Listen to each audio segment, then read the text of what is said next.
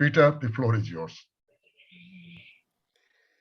Thank you very much, Keshav, for this warm and wonderful introduction.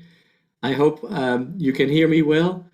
Okay, good. It's indeed my honor and pleasure to be with the ORISSA Economics Association for me this morning, for you in the afternoon. It's unfortunate that I cannot be there actually in person. That would have undoubtedly been much more pleasurable and wonderful also for Keshav and me to meet again as old friends, working together indeed for so many years. But we'll have to do it like this. If I have a PowerPoint presentation that I will try to share my screen and see how things work. If it doesn't work, please do interrupt me along the way. Let me see.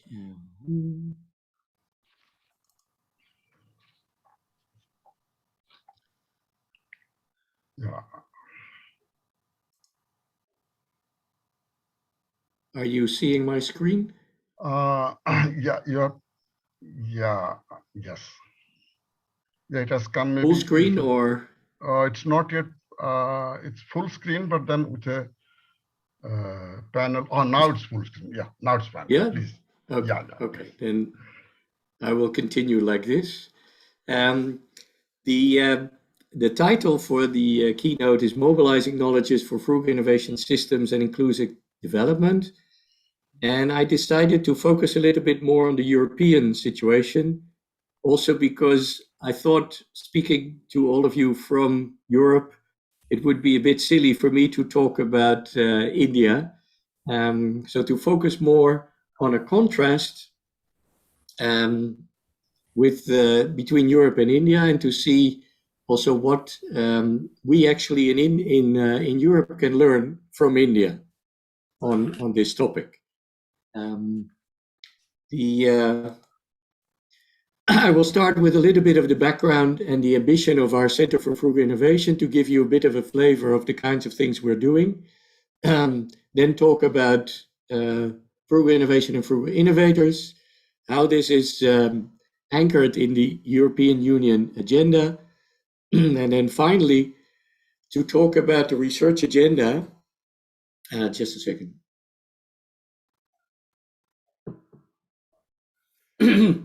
The research agenda on including varied local knowledges in European innovation systems, and to see what we can learn actually from India in making that happen. So our center combines the knowledge of 3 universities in the Netherlands: Leiden University, Delft University, and Erasmus University. And as you can see on the slide, they are known for different kinds of knowledges. Well, Delft is especially on the technical side.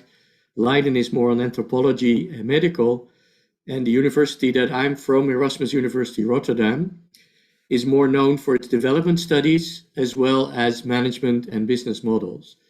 And these 3 types of know-how actually come together in studying what we call frugal innovations.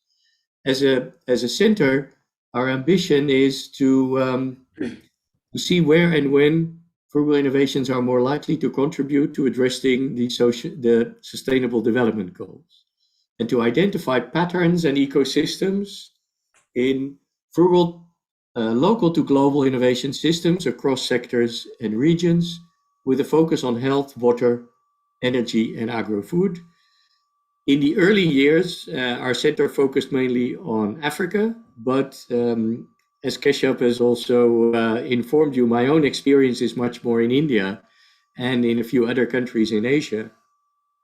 So we have now decided that we are going to rename the center to the International Center for Frugal Innovation, which means that we will have a more global perspective and that we will not be focusing only on Africa. And we are actually also working together already with people at JNU, Professor Saladindu Badouri at the Policy Science Center at JNU. And I hope that in the coming years also we can work together probably with economists from ORISSA and perhaps with their elected chair in particular, also in the coming years. Now, something on how frugal innovation is seen so far in the European setting. It is becoming increasingly what we call on the radar. There is a recent study by the Fraunhofer Institute that you see here on the left, study on frugal innovation and re-engineering of traditional techniques. This is a European Union study that was commissioned to try and explore whether this new phenomena is also something that should get European policymakers to become interested and to start looking at this phenomena. And on the right, you see how it is also becoming increasingly important in the academic debate. This is the front page of a recent volume of Nature, the sustainability version, which actually looks at issues of frugal innovation also. Now, when we talk about frugal innovation, what do we actually talk about? And many of these things, of course, are well known in the Indian context. And quite a few of Indian scholars are actually front runners in this debate on frugal innovation.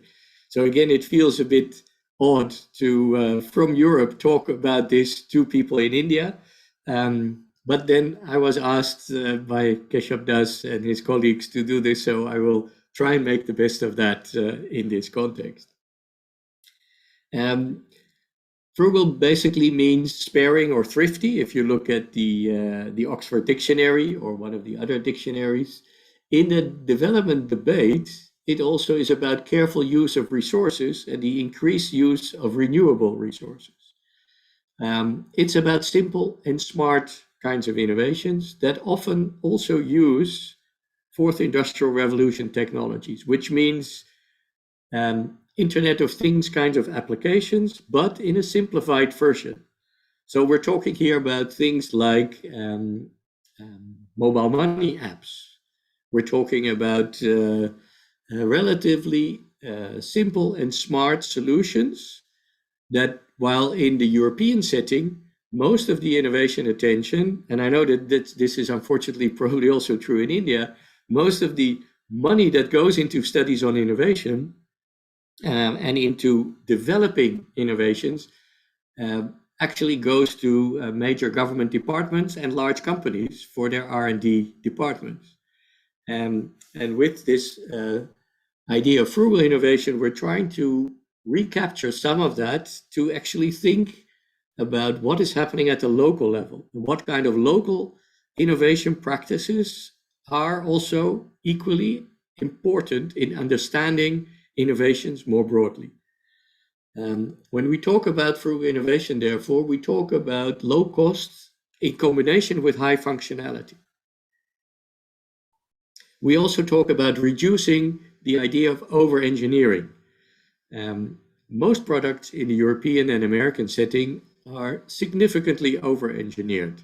They have all sorts of buttons and blinkets and colors and things that most people never use.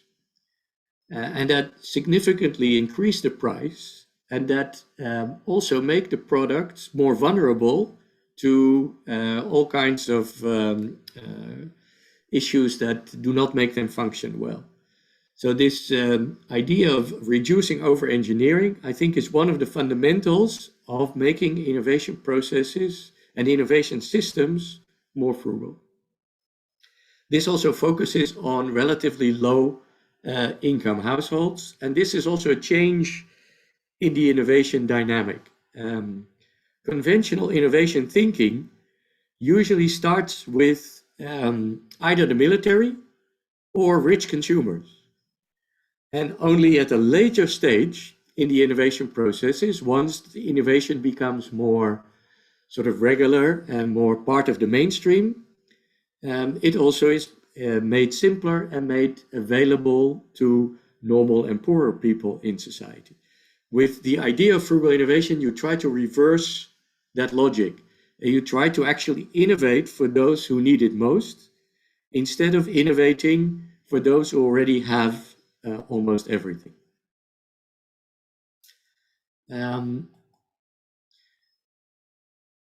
The digital revolution, very briefly, is something that the European Union is very much engaged in. And the European Union is very much focused in its agenda on where to put its funding, on trying to compete with China, trying to compete with the United States of America, and increasingly also trying to compete with India, Brazil, South Africa, Nigeria, etc. Unfortunately, in almost all of these initiatives to try and compete and be the best of the world, they're only looking at the top end of the markets. And they're not paying sufficiently attention to what is actually happening at what in management literature is called the base or the bottom of the pyramid. And I think for many of these more digital applications, there are lots of opportunities also at the local level. And this is where a new kind of innovation studies and new, more inclusive innovation systems can make a fundamental difference.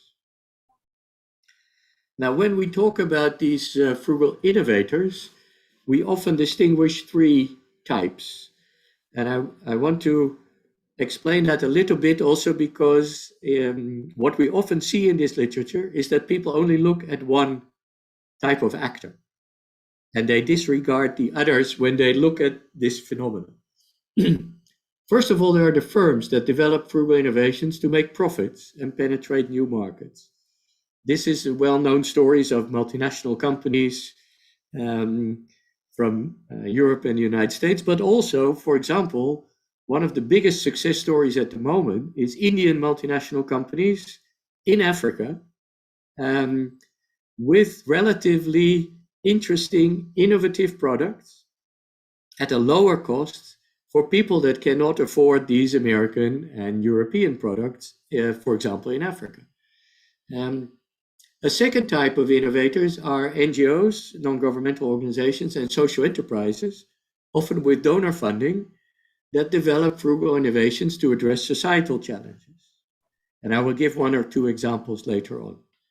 The third category, equally important, often forgotten in Europe, but fortunately in India, there is a lot of attention on that, by individuals and communities who develop their own frugal innovations to address their own bottlenecks. This is often also called grassroots innovation or Jugaad innovation in the more Indian-based or South Asia literature on these types of innovation.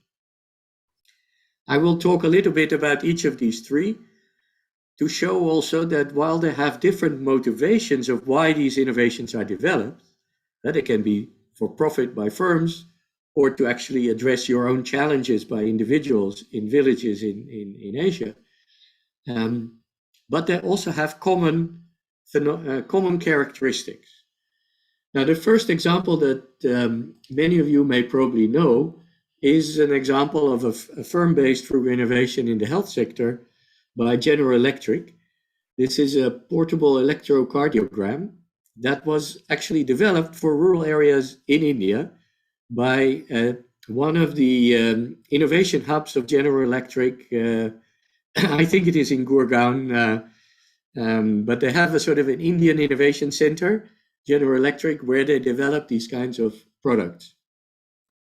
This is, as you can see, a mobile device that is used to check whether your heart is functioning properly.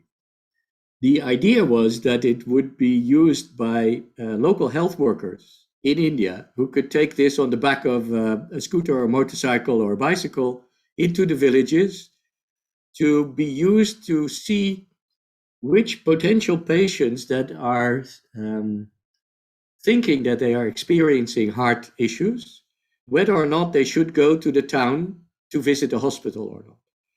And this initial first step is one of the most important and most lacking issues in global healthcare, that people do not unnecessarily go to hospitals, but they do go when it is actually needed. Now, this device is sold at 10% of the price of ECG equipment developed, for example, for the US or the European market, while it performs 80% of the functionality. This is one of the key characteristics, that almost all the basic functionalities are there, but at a very low cost. Another interesting spin-off of this innovation is that nowadays it is actually used, it is used in India, it is used in Africa, but it is also used in the United States of America a lot. And it is used not in hospitals where they have these big machines that do the same thing, but it is used by general practitioners to give their local patients the reassurance that everything is under control. By just giving them a little bit of experience with this cardiogram, they are putting their minds at ease, avoiding these people to actually go to hospital because they think they're having a heart attack. So it's an example of how these kinds of innovations are also getting spin-off uses that were unintended. Of course, this happens a lot with innovations more generally, but it's important to recognize that also for these relatively simpler, cheaper, but very functional innovations, also multiple uses are discovered along the way in the innovation process. When we talk about NGOs and social enterprises, there was recently a prize by the European Union, what was called the EIC, that is the European Innovation Council Horizon Prize for Affordable High Tech for Humanitarian Aid, where advanced technologies were used for developing frugal innovations, especially in humanitarian aid situations, the refugee camps, etc.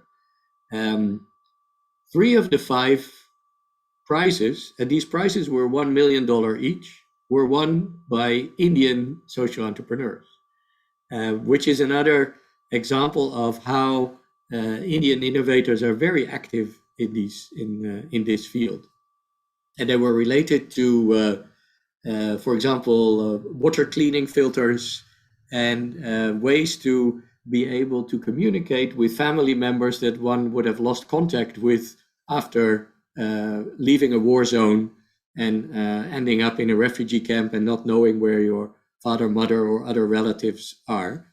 And these kind of apps have helped to bring people together again.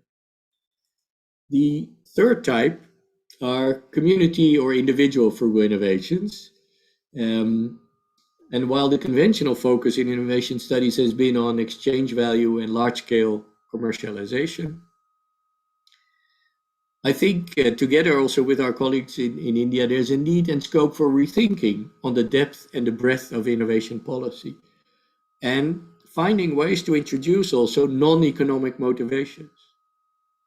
Local villagers solving their own problems or helping people in the village, a local blacksmith helping other villages with a local innovation, and how to include these kind of local actors and knowledge systems in our innovation thinking. I think this is maybe the core of the argument, and I will bring more points to that later on. But the key challenge, in my view, is to bring these local knowledge systems into the mainstream innovation thinking. And while my experience is that in Europe, policymakers and academics find this very unlikely, and they look down upon local innovation practices, I think and I hope that in India we can learn how these things are to some extent already done and how maybe together we can do that better. For that, we also need, of course, to broaden the meaning of what is frugal in frugal innovation. And we have to think about, and I'm here, well, this is an Economics Association keynote, so I can, of course, mention the name of Adam Smith without feeling embarrassed, and I don't need to explain who this gentleman is. Adam Smith actually talked about frugal and frugality quite a lot in his main book, The Wealth of Nations, and especially in his other book on moral sentiments. where he talks about Frugal in terms of judicious, industrious, intuitive, adaptive, experiential knowledge-based actions. So in that way, frugality is about a mindset. And it is a mindset that many people in Europe and the US have lost. And I think, also thinking of, for example, my experiences of going in the field with, for example, with Keshav Das, meeting with people, interviewing people, that kind of mindset is still more available in the Indian setting. And I hope we can find ways to mobilize that also for innovation systems more broadly. Now, some pictures of these local innovations. Some of them are actually quite well known, I'm sure. For example, on the right, you see the walnut cracker innovation, which was partly also funded by the Innovation Foundation of India. And you see here a few other examples. The one on the bottom left is from Brazil, and the one on the bottom right is a machine from Africa. Now, many of these innovations as such remain very much at the local level and may also not have a lot of sort of technical innovation or technological breakthrough dimensions to them. But the issue is, how can you combine the embedded know-how in terms of addressing local issues into broader innovation systems? And for example, at the UN Agency on Trade and Development, UNCTAD, they have recently published a report on trying to mobilize these new innovation approaches, what they call new innovation approaches. Actually, they're not new, they're very old. For example, the grassroots and Jugaad innovation in India is something that has been there for centuries. Of course, it has evolved, it's not stagnant, it's dynamic, but it's not a new phenomenon. It has been newly discovered by people working on innovation because they have often neglected or ignored these types of innovation processes. Oh yeah, well, this is just a picture, as you can see, of three gentlemen. One of them is myself on the left. In the middle is my esteemed colleague from JNU in Professor Saradindu Baduri, who is also working together with me on Frugal Innovation. And the gentleman on the right, and that's why this picture is important, this is the EU Commissioner on Innovation Policy. So this, and now he has been replaced by somebody else, but 2 years ago, just before the pandemic, he was the most powerful person in Europe when it comes to designing innovation policy. And one of our successes was that we've actually been able to meet him, and that it seemed that he was quite enthusiastic about this idea. Of course, the issue now is that we also need to convince his successor of the same thing, and we're working on that. Now, how do we want to anchor that frugal innovation into the EU agenda? And here I'm going to try and need your help also in helping me to frame how we are going to convince the European Union to make this a more important dimension of its innovation agenda. To what extent can we successfully address the grand challenges through integrating more frugal solutions into existing policy instruments? The idea is not to have a separate Frugal or Jugaad innovation program, but actually to integrate it.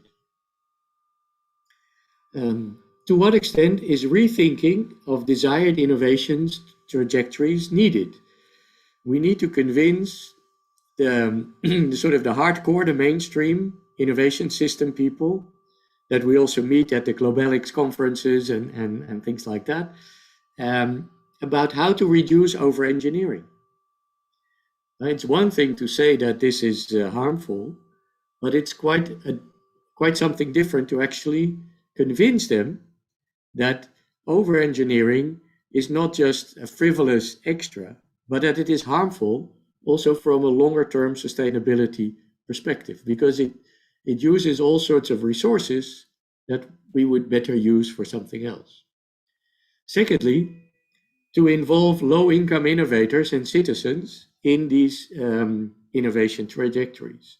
And thirdly, and that's probably the main point I want to make, how to combine these local knowledges with new technologies.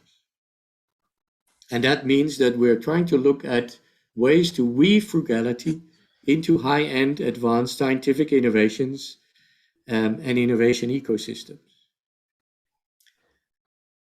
Then my concluding slide, I want to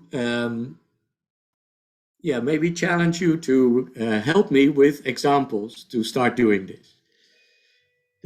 First is to look at what the next step could be, including these varied local knowledges in European innovation systems. How do we move beyond relying only on objective scientific knowledge with rigorous standards?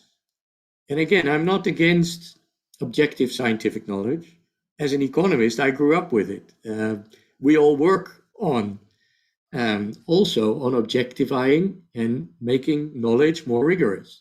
At the same time, we need to not forget the importance of local, contextual, and experiential knowledge. But in order to convince the hardliners, we need to show how these other types of knowledges are offering significant value added. Not as a sort of a nice, sort of romantic extra, but to provide evidence that these kinds of knowledges actually help, for example, to offer significantly more sustainable innovation pathways, because they include also local practices that have shaped in a more sustainable manner, probably already before the first and second industrial revolution. And I want to close with two examples on this. First is, of course, the COVID-19 pandemic. Especially in Europe, this has shown the downside of more rigid regulatory innovation systems in the health sector. For example, in Europe, it was forbidden to use new kinds of innovative oxygen machines because they were not formally approved by European regulators.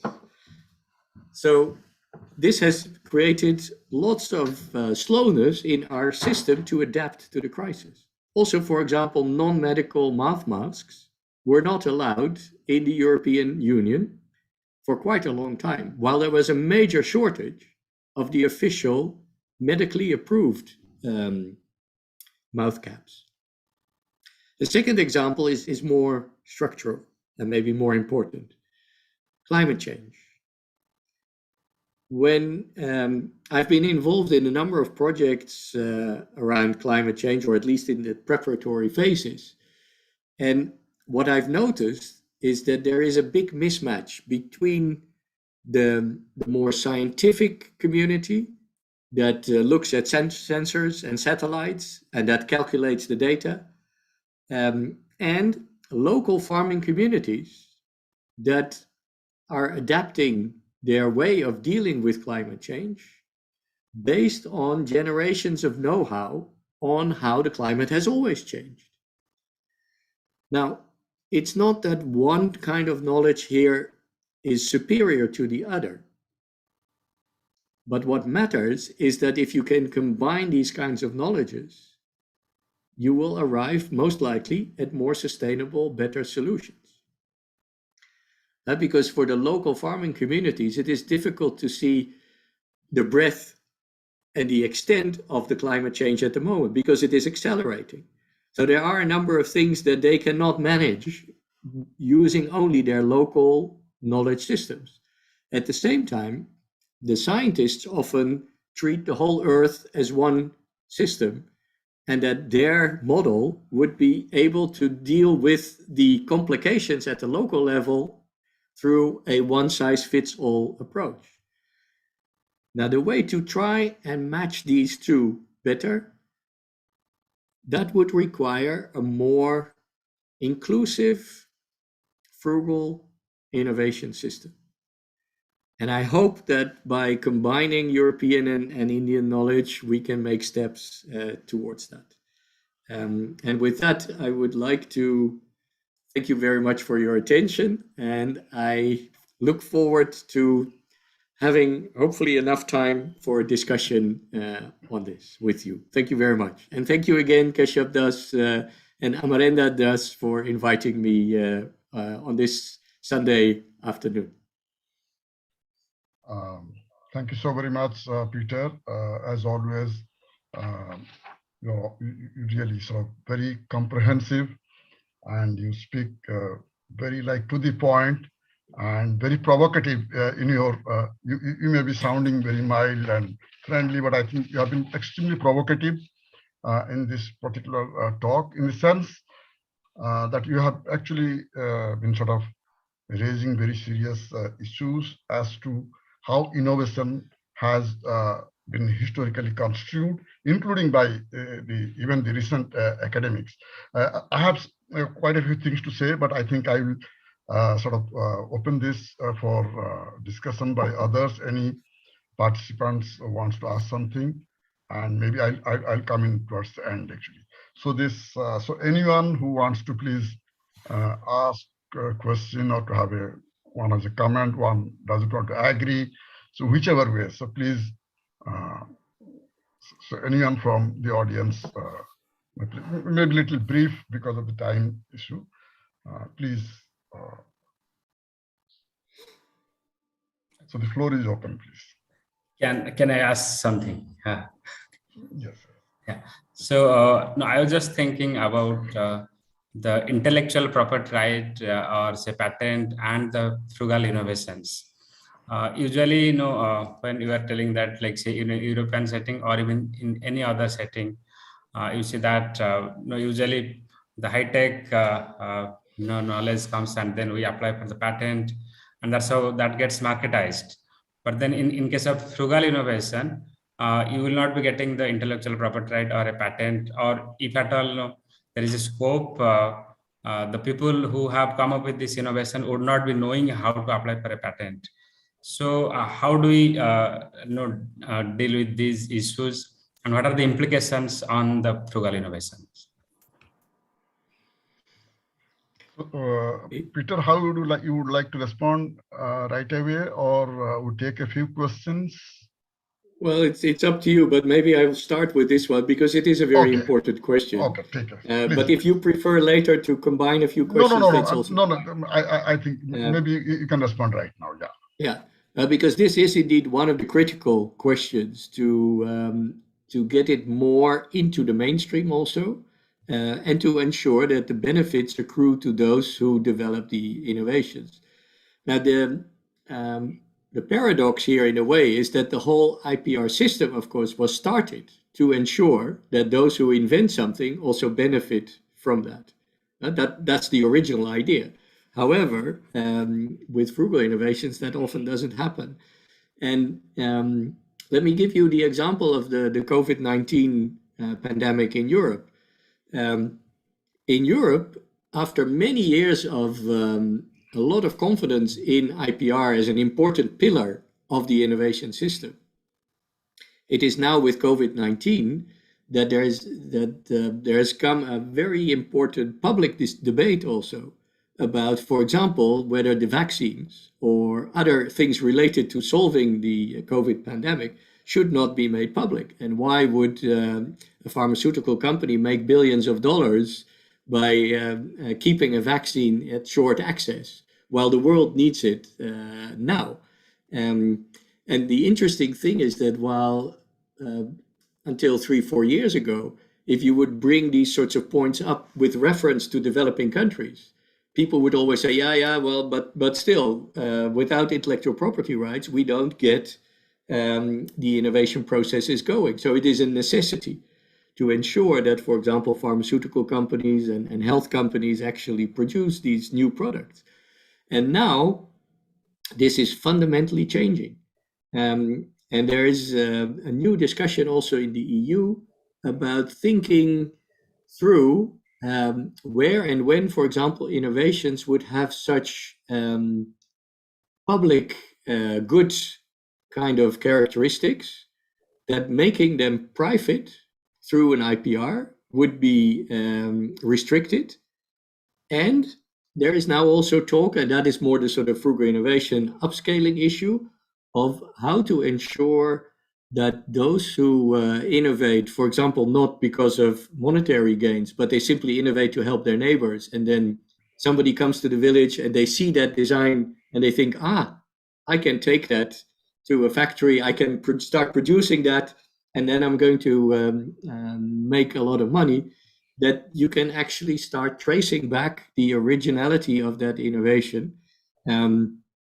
What remains a challenge, I think, and we have to be honest about that also, is that for those groups of people that are involved in innovations, but, for example, do not read and write, are not able to see the usefulness or understand the meaning of these kinds of documents and IPRs and how that system works, that of course remains a major challenge. And I guess, for example, this Innovation Foundation in India has been trying to work on these sorts of issues. For as far as I know, and I'm not an expert, but I think they have mixed results in terms of being able to actually make sure that the benefits accrue to the original innovators. I think that issue will be with us for quite some time still.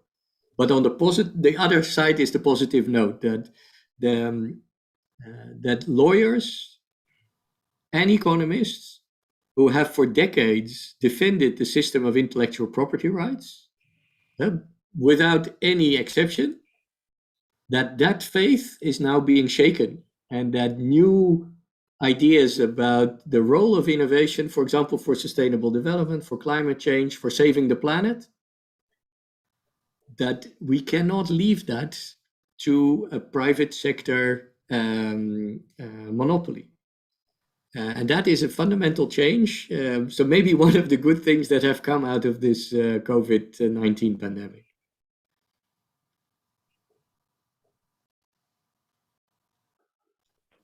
Right, sir. To add something with you, that to resolve this paradoxical situation, that how to bring this frugal innovations to a downstream main innovation and to reap benefit out of it, then I think each country's government should go for the change in innovation policy, and something need to incorporate that, so that the real benefit to the inventor can reach.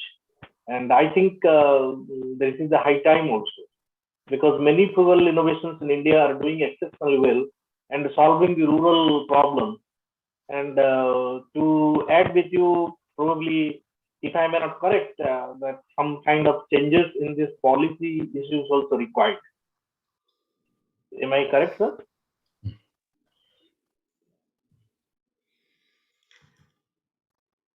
Yeah, I think you are very much correct that government policies need substantial change to make it more likely that local people actually benefit from these policies. And what I've tried to argue is that this is also very much true in Europe, and that outlining a way through which we might actually start that process. But of course, it is equally true in a way in India, where I don't know the figures in detail. Maybe Keshav can say more about that. But that most of the investments by government in innovation are not benefiting local frugal innovators. Clearly not. On the contrary, I would say. There is a lot of money invested in innovation in the military, innovation in large corporations, innovation in new technologies. And I'm not saying that these things are not important, but I agree with you that the focus on both, well, let's say on the focus on inclusive development, which means both people as well as the planet at a more sustainable level, that should become much more the focus also for innovation policy. And I think innovation policy has so far been sort of almost on a different planet. Innovation policy was to create new things that maybe 5 or 10 or 20 years later would also benefit normal people. And I think that needs to change, and that needs to be reversed in a way. So in a sense, that is also quite a strong political agenda. Of course, I don't want to comment on the political situation in India at the moment, so I will leave it at that. Any more questions or any comments, please?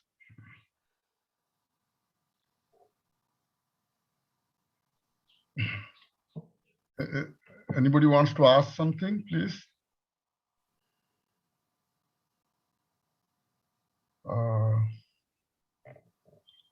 Or maybe sort of let me come in at this juncture. I think it's very, very... So there is just one question in the chat. You may check. Yes. Okay.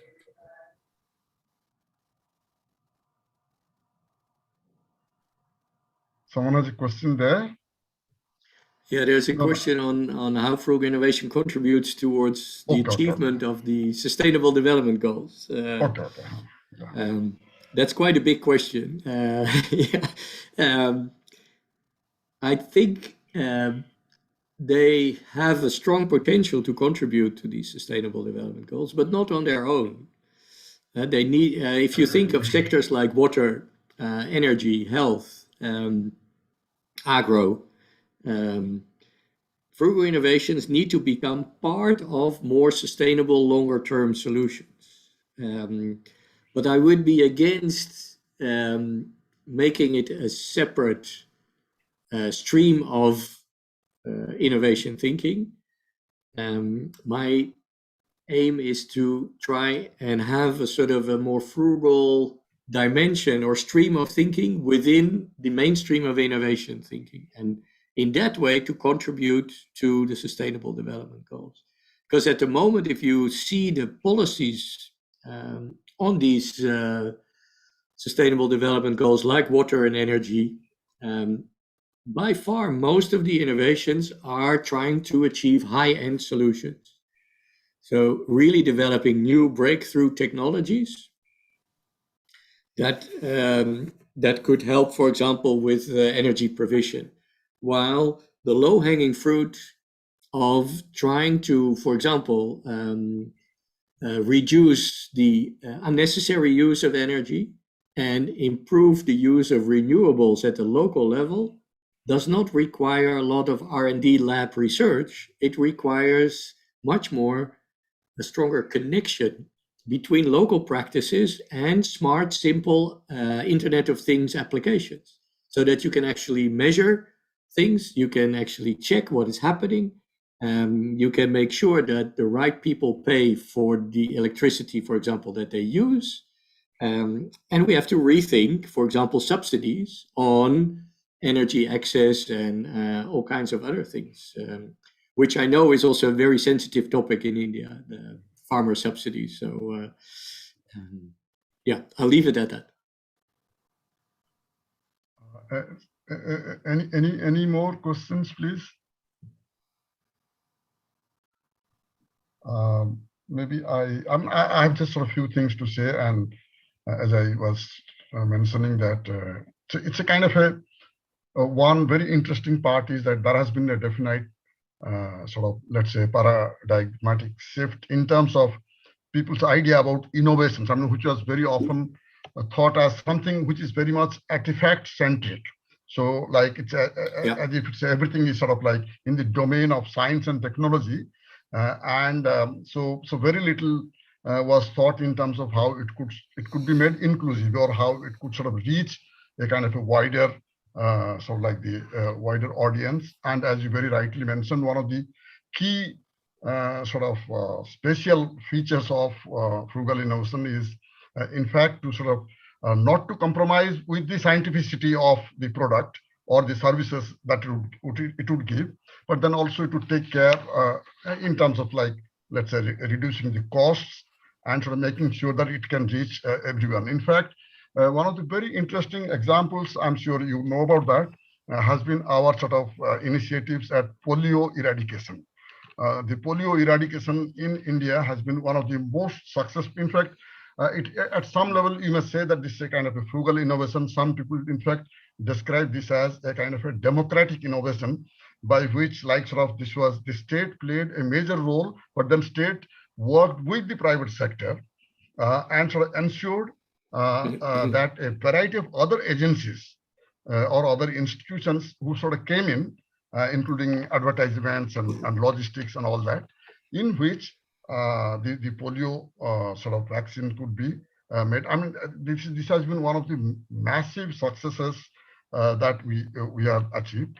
And also many people cite the example of the EVMs, the electronic voting machines, for instance. Like, so these are like sort of like, so this is a kind of a, let's say, a foolproof sort of, let's say, technology, but then you can sort of carry it to places where there is no access to electricity, and maybe on a bicycle, you can sort of carry it, and that ensures that the voting process is sort of done perfectly or universally in the same manner. So there have been several such examples of massive success, but in which the state also has played a certain role. And what is very also interesting, even if it was not called, let's say, frugal or inclusive innovation or grassroots innovation, maybe in the late 70s and 80s, there was this Department of Science and Technology, which had a very interesting program called SEED, that is Science for Equity, Empowerment and Development. This SEED program of the Department of Science and Technology of the central government. And sort of this was one of the major experiments in actually very much what you are trying to sort of ask towards the end, that how the what you can tell EU about, like, sort of working with, let's say, local level knowledge producers.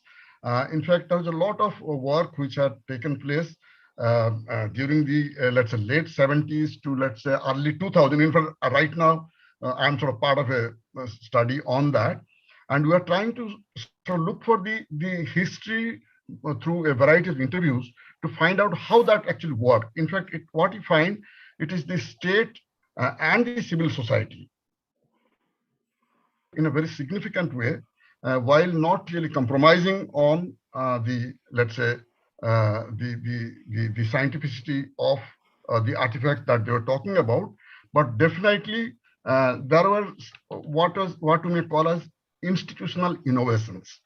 So I think that is actually probably one of the major sort of, let's say, connecting, let's say, sort of threads between those who sort of like produce the knowledge, or those who have already sort of produced the knowledge in the past, and the role of the state, how to sort of include them. So I would imagine that, especially as you refer to the COVID thing, which became really kind of a universal sort of crisis. I think in these situations, you also find that maybe there is a huge possibility of the state, civil society, and the private sector coming together. So these experiments are very much on. In fact, we also have the Tata Institute of Fundamental Research. They also came up with a very similar cardiogram that we are showing. Sort of that they also tried that very sort of inexpensive, but then can be sort of used in rural areas, and to know or to decide whether to go to the hospital or not. So I think there is a lot of sort of cross-cutting points in what you are suggesting. And I think we must look forward to an optimistic future. So, so with that, Peter, you want to sort of like say something towards the general points, or? Yeah, well, thanks very much, Keshav, and I think this is indeed evidence of that there is much still that we can learn, also historically, from, for example, that seed project at the Ministry of Science and Technology, on these kinds of experiments, and that probably, and maybe we can be in touch on that in the coming weeks, on how we can learn from that experience, on the one hand, the kinds of things that they've been able to achieve, but also why that initiative in a way sort of dissipated. Absolutely. Because I know indeed that in the 1970s, 80s, there were lots of these sorts of things in terms of initiatives on a new way, let's say beyond the capitalist system in a sense, to try and innovate. But we need a new kind of energy and dynamism to also learn from where these things got stuck. Because we need this kind of more broad-based, inclusive innovation systems in order to achieve these more sustainable outcomes. So I look forward, and I'm happy that this opportunity is therefore created this discussion again among us, to look forward to talk about this more in the coming weeks. Thank you very much, and it was a pleasure to join your conference on this Sunday. Thank you so very much, Peter. It was very nice. It's a Sunday morning for you, and but you still could spare some time. And like any scholars, let me sort of say it here, that any scholars who would like to interact with Peter, and so like he has done extensive work. In fact, I didn't mention about a large number of books that he has sort of written and edited in recent years. I didn't mention that, but then a simple Google search will tell you that he has done very interesting work. And I have always appreciated his work of interdisciplinarity. And so listening to various stakeholders with patience and very often his ideas have been extremely useful. So with that, Amarendra, shall we bring a close to this session? Yes, sir. So it's over to Umapati, sir. Yeah, Dr. Umapati. Okay. Thank you. Okay, Peter Loringa. So very nice to do. So we'll be in touch. Thank you. Thank you so much. Thank you, sir. On behalf of the ORISSA Economic Association and on behalf of the local organizing unit, Gangadhar University, we are thankful to Professor Loringa for sparing his valuable time and also honoring the invitation of our President, ORISSA Economic Association. Thank you so much, sir. And we are also thankful to our own Professor Keshav Das, sir, for conducting the session so nicely, beautifully, and on time also. Thank you very much, sir. Thank you so much.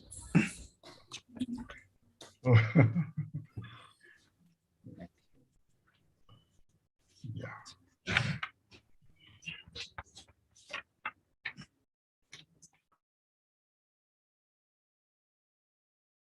Our final technical session, 4.1 and 4.2, the two parallel session. So Peter, you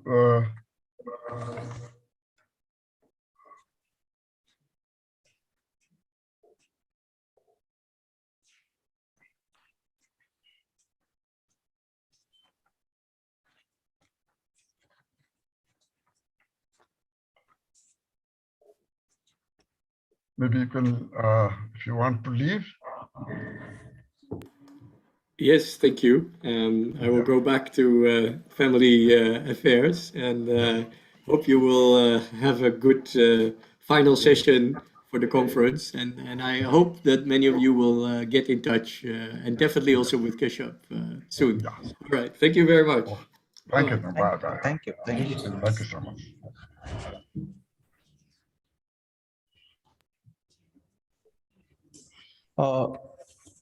Panelist panel could be Hemanta Pradhan and Pavitra Kejani.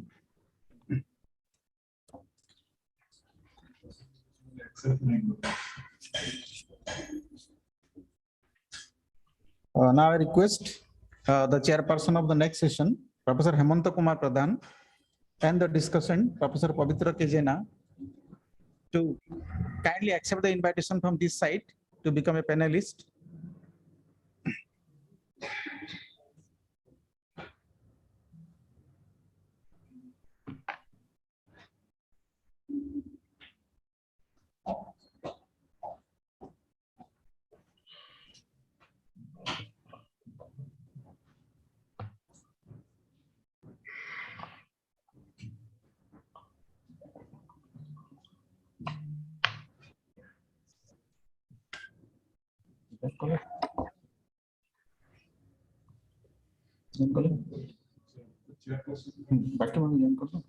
Agar session last ज्ञान रंजन महांती और धरित्री बेहरा रही Agar session present नहीं करी.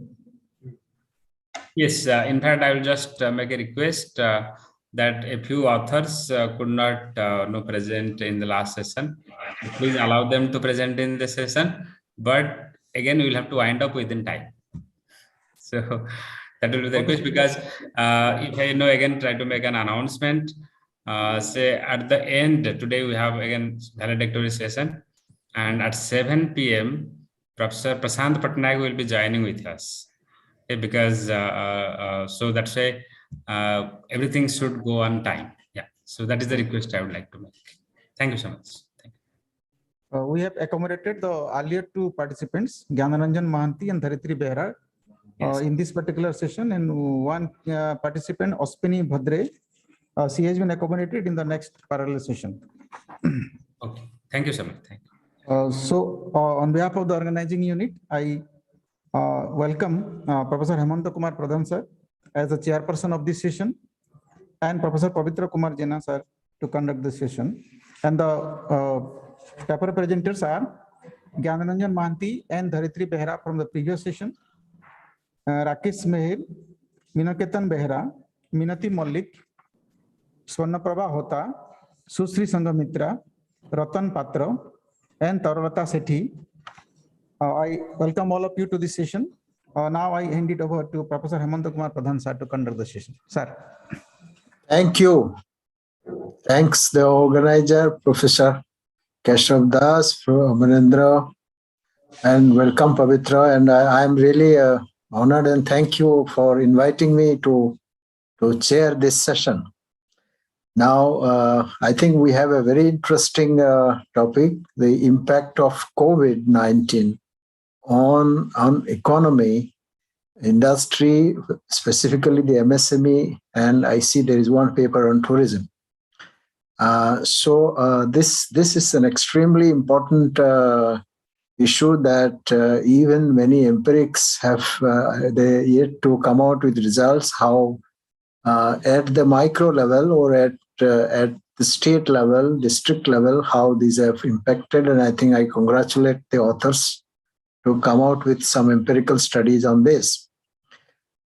So without further ado, I think I suggest that let's begin. So we have an hour and a half or a little less than that. So I suggest to keep the time schedule that the speakers should complete. There are 7 papers. You take about 10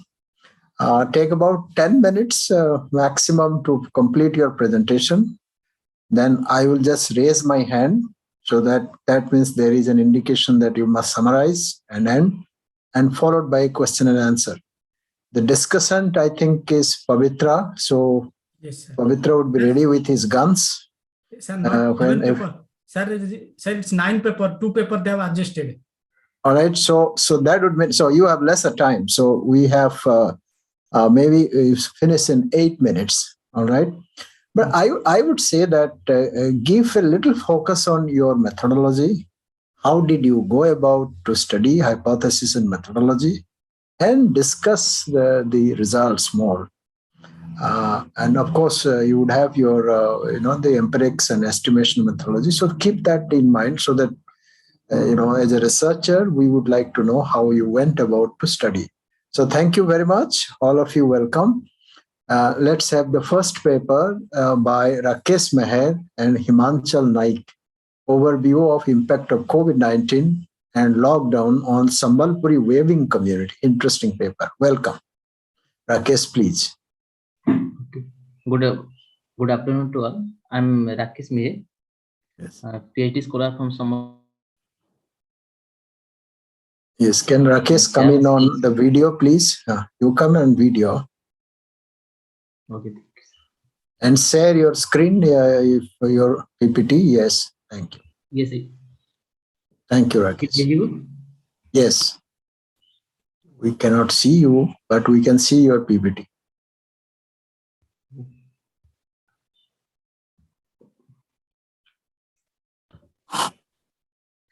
Oh, so today I'm here to present on topic an overview of impact of COVID-19 lockdown on Sambalpuri weaving community, a case study of Sonpur district, Odisha.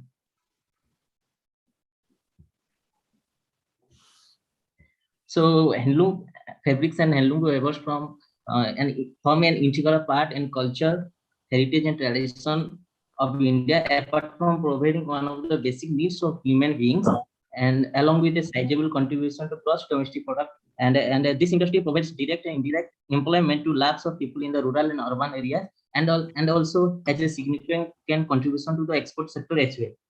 According to the recent handloom census, there are 25.46 lakhs handlooms in the country and providing employment to 31.45 lakhs handloom weavers. And according to report, also 22.5 lakhs weavers households are located in rural areas, while 2.8 lakhs are in urban areas. So the handloom sector has a unique place in our economy and makes significant contribution to the Indian economy.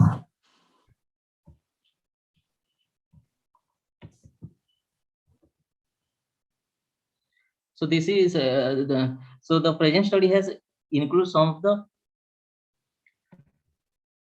recent literature to in this field, and the brief of this is the brief of the literature, and then background of the study. So the Sambalpuri handloom weavers lives in eastern territory of India, and particularly Bargarh, Sonpur, Balangi, Sambalpur, Baud, and Jharsuguda are the district of Odisha where people belongs to this profession residing, and they know for their use of conventional themes like Shankha, Chakra, Phula, and all of which have a profound symbolism. And high point of this sarees is the traditional craftsmanship of the Bandhatala. The state, according to the Planning Commission, the state has suffering from highest rates of unemployment among the low-income states of India, and generally the handloom industry, there are three categories of artisans, and they are the independent weavers, contract weavers, and the cooperative weavers. The independent weavers are the weavers. They work as independently, and they purchase raw materials directly from the market from variety of services providers, and market their product. The contract weavers, they work on contract with a master weaver, and in case of cooperative weavers, they are usually associated with the cooperative societies, and the cooperative societies typically provides its members with yarn designs, marketing, and financial services. So this is the major objective of the study. The first one is to observe the changes that took place in the income level of Sambalpuri weaving community of Sonpur district during COVID-19, and the second objective is to find out the reason for which they are working under the control of master weaver. So the present study has been conducted in Sonpur district, which is one of the major handloom hub of Sambalpuri handloom fabrics of Western Odisha, and most of the weavers belong to this area engaged in producing Sambalpuri clothes.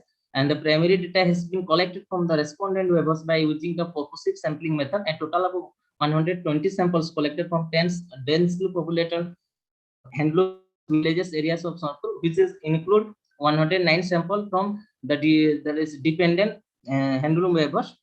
And to satisfy the first objective, practice test was used for measuring the significant difference in income of the weavers before COVID-19 and during COVID-19, and this is the formula for practice test. And to satisfy the second objective, the Garrett ranking technique was used to know the reason behind why they working under control of weaver. Usually, in Garrett rank assigned by the handloom weavers were converted to numerical score using Garrett ranking technique, and for each factor score assigned by each individual is added, and total value and mean value of score is calculated. And factor having highest mean value is considered to be the most significant factors. And the last one, in case of non-parametric test statistic is used to find out whether there is any similarity among the waivers in assigning the ranks to the given factors, and that is the Kendall's W, and it usually the Kendall's W is ranges from 0 to 1, and 0 means the low association among the respondent for making the result, and 1 means the high degree of association among the respondent for ranking the result behind why they working under the control master waiver. So the analysis, and all COVID-19 affect all sectors of the economy. The effect has been particularly severe on the handloom sector, especially to those waivers who working under the control of master waiver. In the present context, a PRT test was used to measure the significant mean difference between the monthly income levels of waiver before COVID-19 during COVID-19. And from the result, it is shows that the mean income of the handloom waivers before this pandemic was 12,072 rupees, and during COVID-19 it falls to 1,352 rupees, and significant difference in income level is 10,720 at 5% level of significance. So income level falls to very low level during the COVID-19, and then what are the factors responsible for working under the control of master waiver? According to the handloom census, 82% of waivers in rural areas work independently, and that is they are self-employed, and only 80% of waivers are dependent waivers. However, many studies are carried out by different state, but the finding of the study are quite opposite. And so in the present studies also, which is conducted in Sonpur district, it is found that 90.83% waivers are dependent waiver, and it is the master waiver who take a major share of the profits, and the waivers are paid meager amount. So in the question, 10 factors were mentioned for the ranking, and the factors are the lack of financial resources, loan taken from informal sector, large number of family members depend on them, lack of government assistance, unavailability of raw materials in time, lack of awareness regarding government schemes, lack of sufficient training, lack of adequate marketing, and lack of infrastructure facilities. And the last one is the don't have their own loan. From the result, it is shown that the main reason felt by the sample handloom waivers is the lack of financial resources. Highest mean score of 77.49 proves to be the most significant reason, and this is followed by taken from informal sector, large number of family members depends on them, lack of government assistance, and unavailability of raw materials in time, etc. And the results of Kendall's coefficient of concurrence shows that the value 0.947 is significant and reject the null hypothesis that there is no association among the respondents for ranking. In other words, the result shows that there is a high degree of association among the respondents while assigning rank to the factors. The following major issues are found among the waivers of sample area. The first one is that is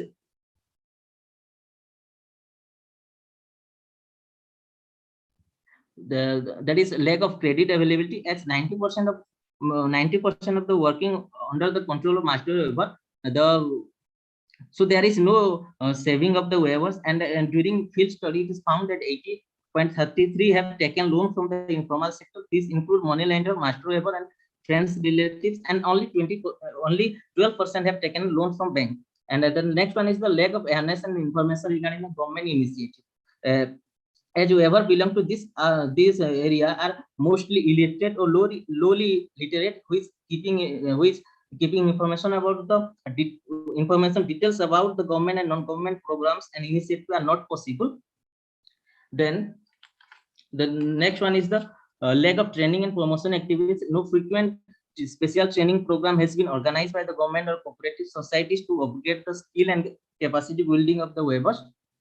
The next one is the each large number of family members assist for preparing, and from the sample it is found that average number of people assist for preparing is around 4 in each stages of the production process, whether it is pre-loom processing, weaving, or finishing. Every member of the household has a clear role to play. And the last one is that is the traditional loom, and they use traditional field loom. This reveals that technological development has not happened till now, and hence the waivers are not productive enough to procure handsome profit from the weaving work. Then conclusion, usually they are included as a backward classes in the list of government of India, and most of them work and live in a unhygienic condition. And they have been preparing the traditional occupation, which has become a cultural heritage of Odisha, is very much decentralized, dispersed, and informal in nature. At present, they are facing many problems like lack of credit availability from formal sources, cooperative societies not working in the study area and not aware about the government scheme, etc. And so as a result, lion's share of benefits transferred to the pockets of intermediaries or the master weavers. Then in the policy recommendation, in order to give a push to the Sambalpuri handloom weavers, the government should focus on working of the cooperative societies in the study areas, and as well as the governmental agency and self-help groups should be created. And then next is to the government should supply the various inputs to these weavers at the minimum prices, and availability of easy credit loans should be provided, and also the awareness regarding various schemes will be done in frequent manner so that they can know about what are the schemes and benefit provisions made by the government for them. And the last one is the R&D, that is research and development in handloom sector should be encouraged so that their work efficiency and productive capacity will increase. So this is the reference. Thank you.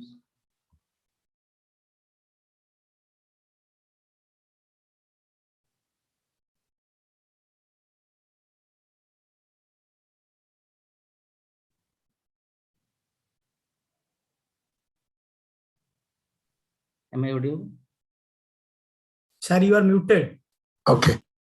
Would you come on the video, please, Rakesh?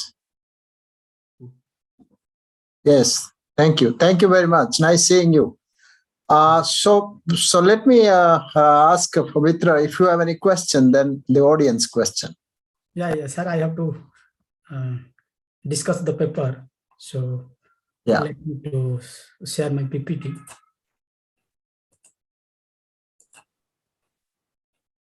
There is a time limit for you as well.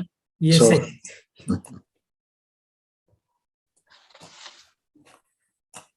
Rakesh, stay on the video, please. Yeah. So is it visible? Yes, please go ahead. Thank you, Rakesh, for your presentation. So this is your title of the presentation. So the idea is good, and you have taken a very good attempt. But when I am giving all these suggestions, it is all indicatives. And if you will incorporate all the points, so you can publish the paper. So please bear with me. When I'll analyze, I'll be a little bit critical. Don't feel bad, because my job is to critically analyze what you have done. So I have, when I was reading your papers, so this abstract is not compact. So you have to write like abstract, like straightforward. You should come to the what is your objectives. Then in methodology, you have to write what are the methodology and data source you have used and what is your findings. And one specific policy suggestion is to give the give in the abstract. Also, please write how your study is different from others, or what is your contribution, what the factor motivate you to do the like research, or why you have done study on this. And you have written limitation before doing the analysis, so don't do that. So limitation either after discussion or policy suggestion you can write, but in the initial part of the paper, please don't write in that place. Please don't copy and paste the result from Stata. Make your own table, and every table, please write the source of your data. But when you copy and paste, it does not look good. Maximum good journal does not take in that format. And when you have work in the in a secondary data, please do the reliability test whether your data is reliable or not. Because in the structure questionnaire, you have not done any reliability test on your in your research, and your reference is very badly written. So please write your reference in a homogeneous manner. Either you follow that API or Harvard reference system or Chicago reference system. And the worst part of that, from your paper, the plagiarism percentage is 57%. So the next time when you are writing, so please be careful, and it should be below 20%. These are my suggestion. If you can incorporate, so you can publish this paper. Best of luck. Okay, thank you. Rakesh, are you there? I hope Pavitra's suggestions you would incorporate. Yes, I sir. have just quickly 2 points. One, you should give a little demographics of the sample. For example, you have a small sample size, you should increase the numbers. 120 is a very small number.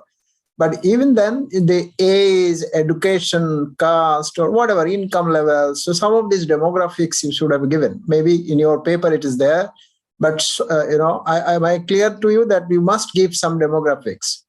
And then some of the findings which you say, lack of credit availability, awareness, did you survey those?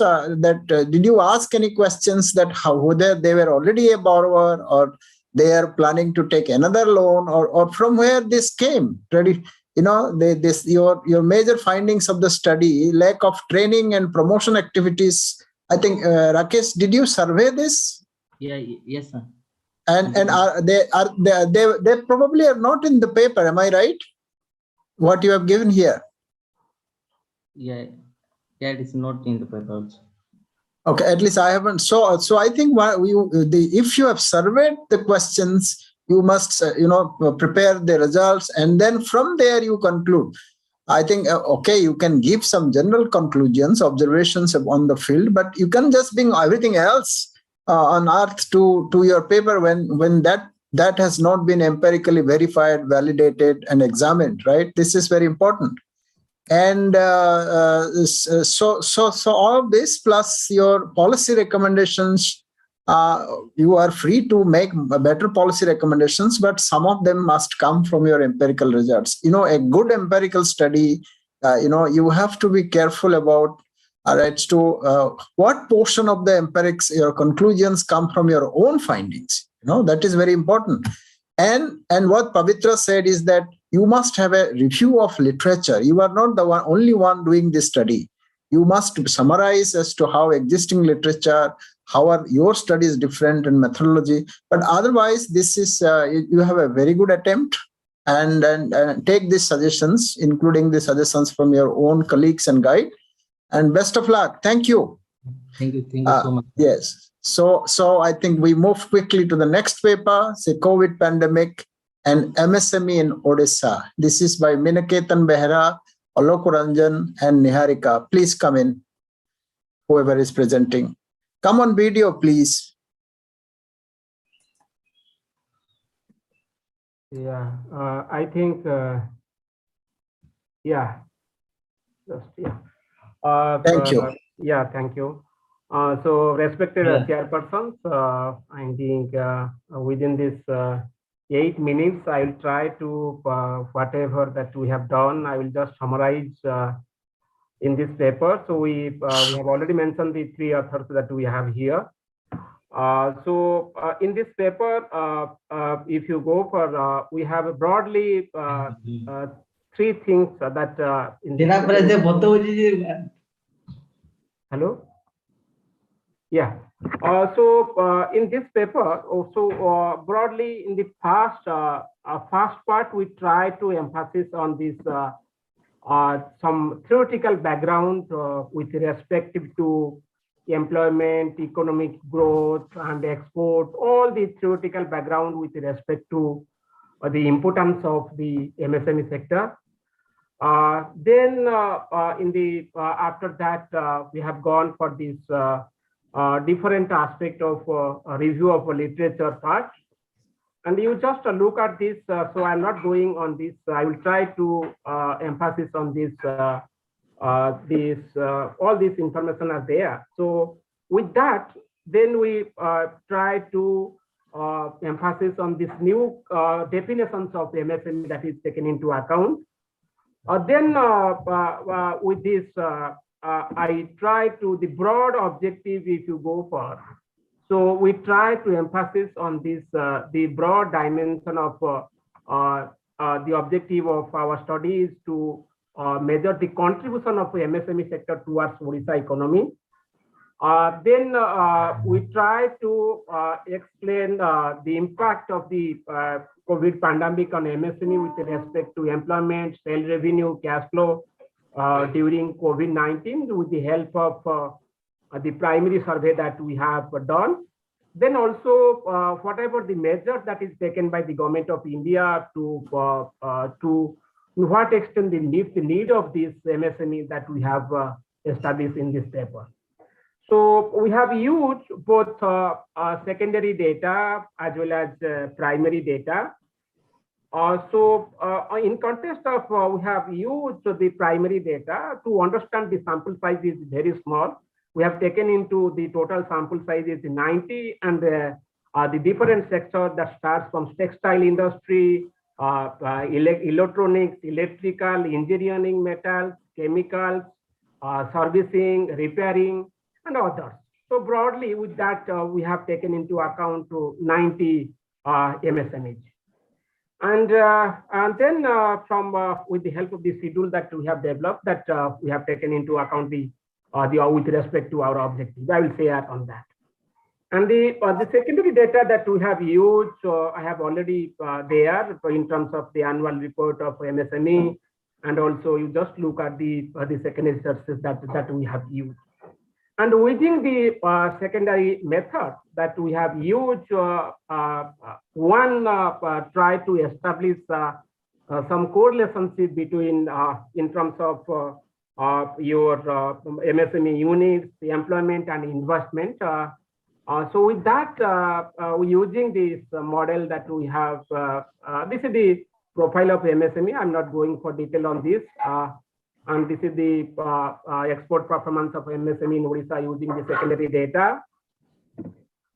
Similarly, the category wise, which you can just look at this, generally this motive is that showing this data set that the percentage of, if you look at this SC/ST in terms of these industry-wise, the small-scale entrepreneurship, you just, it is very few in terms of SC and the marginalized section of the society with the help of the secondary data that we're talking about. Then the different, also, I'm not going for this. Similarly, this is the same thing, district-wise distribution, so I'm not going for this. And broadly using this, try to establish the relationship of the number of units of MSME, employment and investment. And with that, the broad findings of that using the secondary data set, that we find there is a high degree of significant correlationship between the variables with respect to number of units, MSME, then employment and investment. So if you go for this, I'm not going for this point, all this there. Yes, this is the sample profile that we have taken into account on this MSME with respect to textile. This is the in terms of percentage, absolute term, not absolute term, in terms of percentage that is given. Similarly, if you go for number of, you just look at the year of establishment of this MSME with that respective figure 10 to 20 years more than that. So just look at this. With respective to if you go for, so the degree of impact, you just look at what extent with respect to the degree of impact of MSME. If you go for, so you just look at it, what extent out of this total sample size, the degree of impact on this, you just look at it, how extent with the in terms of percentage with 100% that is given. And if you go for, this is the another dimension that in terms of the status of the workers that we are talking about. So different categories are there. So works without pay or partially employed or forced to leave the job.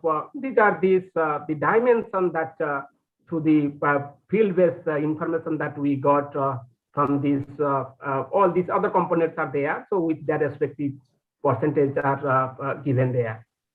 Then another dimension. So if you go for in terms of the loss of the revenue, if you go for with respect to, I understand that in terms of the percentage, you will find, you just look at this, the revenue in terms of percentage, you will find that 100% reduced, then also 75, 55%, 25%, and less than 25%. And overall, if you go for, you just look at this, to what extent the figure is represented in terms of loss of revenue of whatever the these MSME that we have taken into account their loss in revenue with respect to because of the COVID-19. Then another dimension. So if you go for, so there are different issues of MSME with respect to their the percentage. So I forget to take into account the figure there in the top. So if you go for broadly, you just look at it. Broad problem if you go for inadequate raw material, price rise of raw material, scarcity of labor, high wage rate, decline in productions, marketing problems, and the waste raw materials, transportation issues, then problem with storage, a non-repayment of loans, and problem with working capital. These are the broadly different dimensions that is faced by these people. And then if you go for this in terms of government policy, so I think you just look at it this in terms of whatever the policy that is taken into account, and their response to that in terms of the effectiveness of the policy, partially effective, need more subsidy. So all this figure in terms of effectiveness that is given in this there with the help of the primary data. Then another, if you go for the dimension that I think the management risks, how they manage the risks, particularly the MSME. If you look at this, so the broad different categories that we have taken into account, and there you will be they shut down this MSME, they partially shut down, they switch the business, door-to-step delivery, local area, e-commerce, loan to meet the situation. So all these parameters with their respective their percentage is given in terms of management of these risks. Then another dimension, if you go for in terms of the how they manage during this COVID-19, this the monetary component, the finance component of the MSME. So these are the broadly they have given their view in terms of assessing in terms of shutdown. So partial shutdown, partial payment to the employees, no in terms of no payment to the employee, reduce the number of workers, manage with the family members. So these are the components that is given there in terms of. So other components are there. So with that, I think the government response are there. So I'm not going for this. Another dimension also, if you go for, this is also different measures and they are taken by Government of India for the benefit of this small scale industry. So with that, I think, so the last part that we have taken into account, so there is the suggestions that we have with respect to that whatever we find from the our field data, that these are the broad points that in terms of access to financial status and security, and also with the short-term loans in terms of current financing with the low rate of interest and with the long-term repayment, then also good cash flow from the government, and also the issue of marketing, which now government has taken in terms of the GM portal that we are talking about, which plays a significant role in terms of marketing issue that is also taken into account. And all these points, I think the situation. So I think the conclusion, if you go for this, these are the points that we should think into account, that the MSME play a significant role in terms of employment, in terms of livelihood, and also huge, as we know that most of the informal sector are employed in informal sector. So I think this sector plays a significant role in terms of creation of employment. So in that sense, so there is a need for creation of employment and with respect to the MSME that will lead to economic growth and also leads to livelihood enhancement of huge number of people who depend upon this during. I think other points are there. So I think we should, I think I should stop here. Thank you. Thank you, Professor Behra. And Pavitra, over to you first. Yeah. Thank you, Dr. Minakatan Behra, for nice presentation. If you can stop, I'll share my slide. Yeah, and- just a minute, just a minute. Yeah. Yeah, Pavitra, yeah.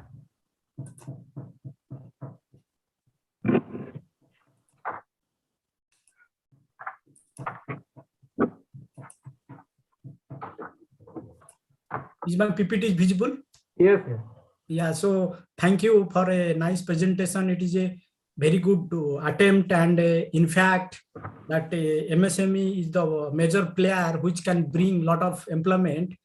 So when I was reading, I was enjoying this paper, and I am very happy that you could able to manage the plagiarism. It is the only paper which plagiarism is below 10%. That is the 7%.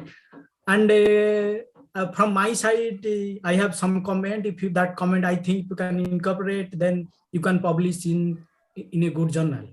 So in the abstract is all written, but one line specific policy suggestion is missing from the abstract, which will make that paper very compact one.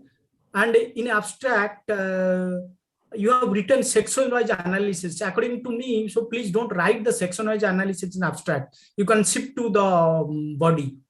And before doing writing the objectives, please write one paragraph how your study is different from others. Like what is the novelty of the study, how it is distinguished from other studies, and what is your real, you have written, but you can make it more strong. So one weakness that I can say that from the point of view of the publications, that the result are mechanically given, but if you can, there are some studies already came to the actually in the market that you can connect how your study is different from other studies, how whether it is similar or dissimilar, that will make your studies very fruitful. And you have raised a very good variety of issues, but what I felt that one empirical impact is one empirical impact analysis is required, like how that performance of small and medium entrepreneurs, actually SMEs, is depend upon the rate of interest, government policies, educations, and some, since you have taken secondary data, if that kind of analysis you will take, your analysis will reach, and you can publish in a very good journal. That was my feeling. And in the policy suggestion, you have right that if you can separate one policy suggestion, you can write, so it will be a good one. And in the reference, in 2-3 places, that it is that reference style is not homogeneous, that you can do. And otherwise the paper is very good paper. Thank you. Thank you. Okay, I think let me ask one question. There seems to be none from the audience. One of the constraints this MSME had during the lockdown, COVID-19, was that their almost cash flows reduced substantially because they were closed and the business was disrupted. So the cash flows came down very significantly. And in the literature on MSME and my own study, if you could probably pick up a Google search, Pradhan in Small Business Economics, we published in 2020, where you say Pradhan and Malcolm, if you just put 2020 Small Business Economics, so we published that our model was, it was based on Indian data, that the cash flow sensitivity to investment is exactly that. And so we had two models. One is that what determines the investment of MSME in India. So primarily given by this cash flow sensitivity, A, and the second was the working capital sensitivity. So because they are internally generated cash flows are many, and therefore they depend primarily on this running business working capital and all related areas of that. And I think essentially this was constrained during the COVID-19, the cash flows. And government moratorium released that cash flow, otherwise which would have been gone to serving the debt. And second is whether there was extra working capital provision provided in the state that could enhance their cash flows, inflows, So I think if you could address this, I did not see explicit recognition, but I'm sure your data is very rich. So you could probably figure it out. If you can bring it this and relate to literature, I would be happy to comment offline, and send you my paper, which we did that with a lot of care. Thank you very much. It was a good information. You, thank you for your valuable suggestions. I think very good information. I will take into account and I will revise accordingly. And also, thank you. Thank you. Thank you. Yeah, thank you. Any other question from anyone? I didn't see any. Thank you. So we move to the third paper, and that's again COVID-19 and MSME in a district Mayurbhanj of Odisha. Interesting paper. So let's look at, this is by Minati Malik and Pragya Paramita Nayak. Welcome, Minati and Pragya, please. Hello, sir. Yes, hi. Come in on video. Thank you. Okay, sir. Hello, Thank sir. you. I am Pragya Paramita Nayak. I'm the co-author of this paper. I would like to present my paper on the behalf of Dr. Minati Malik, ma'am. If you permit me, I can share my. Oh yes, please.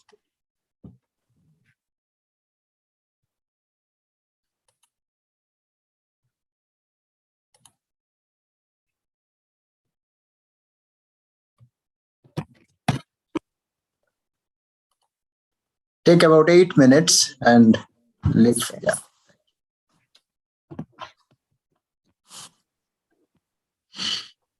Sir, is it visible, sir?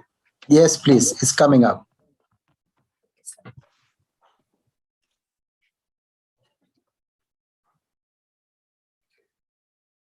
Good afternoon, respected sir. But your slide is, I think it is not visible till now. Yes, it's still started. It's not visible. Yeah. Is it visible, sir? No. Not yet.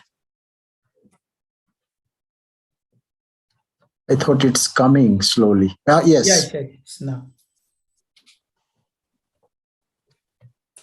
Is it visible, sir? Yes, please. Yes, sir. Good afternoon, sir. I am Pragya Paramita Nayak, research scholar from Maharaja Sri Ramchandra Manjade University.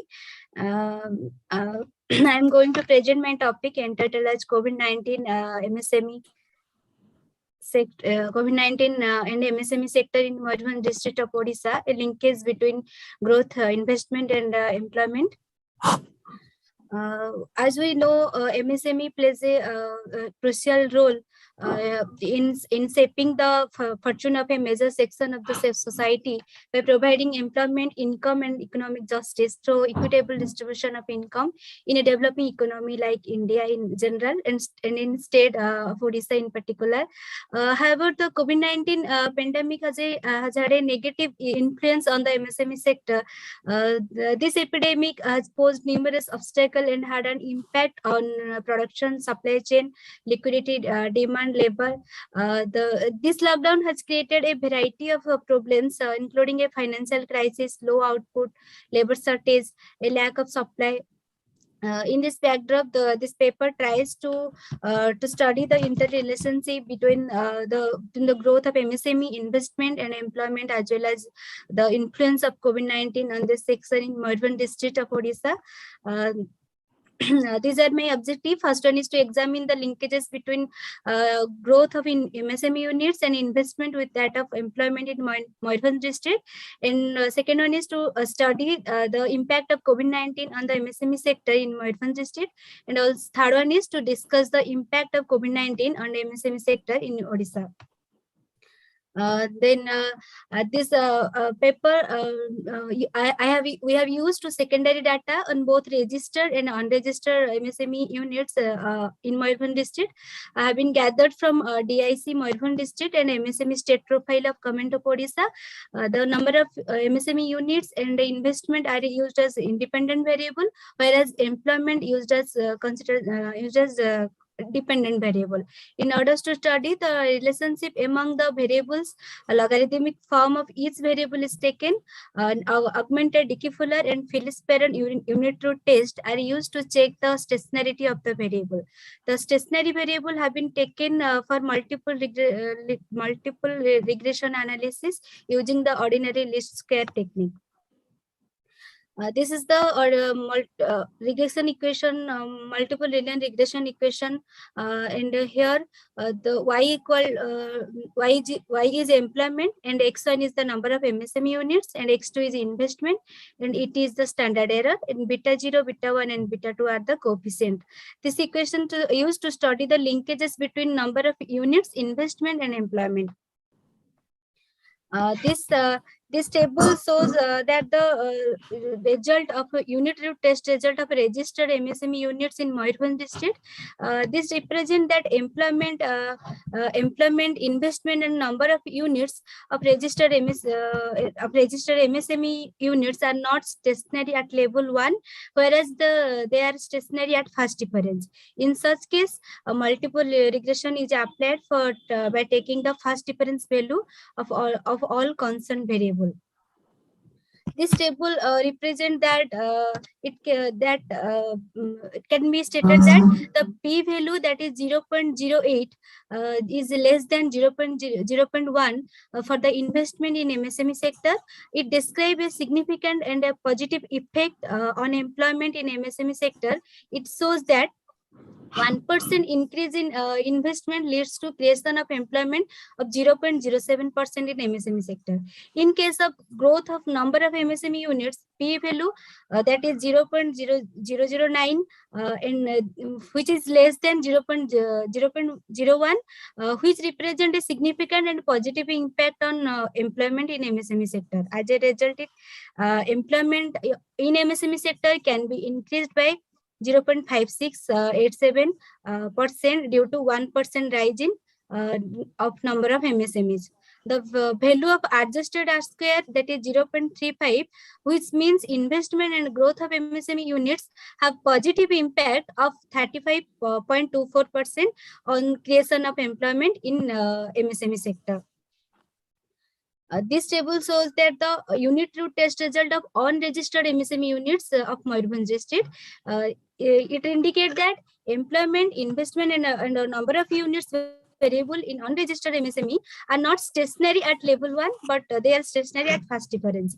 So in this situation, multiple regression are.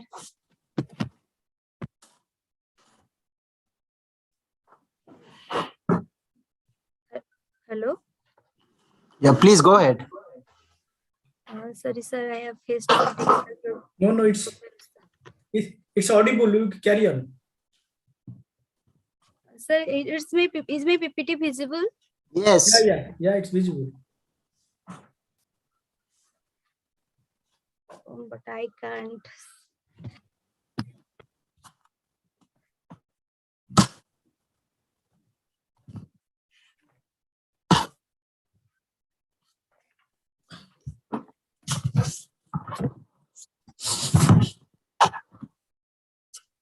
What problem you are facing, Pragya? I can't see my PPT right now in my laptop. Okay, no problem. So you can conclude. I have You read can, your paper. yeah, you can talk from your paper. You open your paper and talk from there and complete. Okay, sir. Okay, sir. Is my PPT visible, sir? Yes. Yes. Okay, sir. Yes, now it's moving.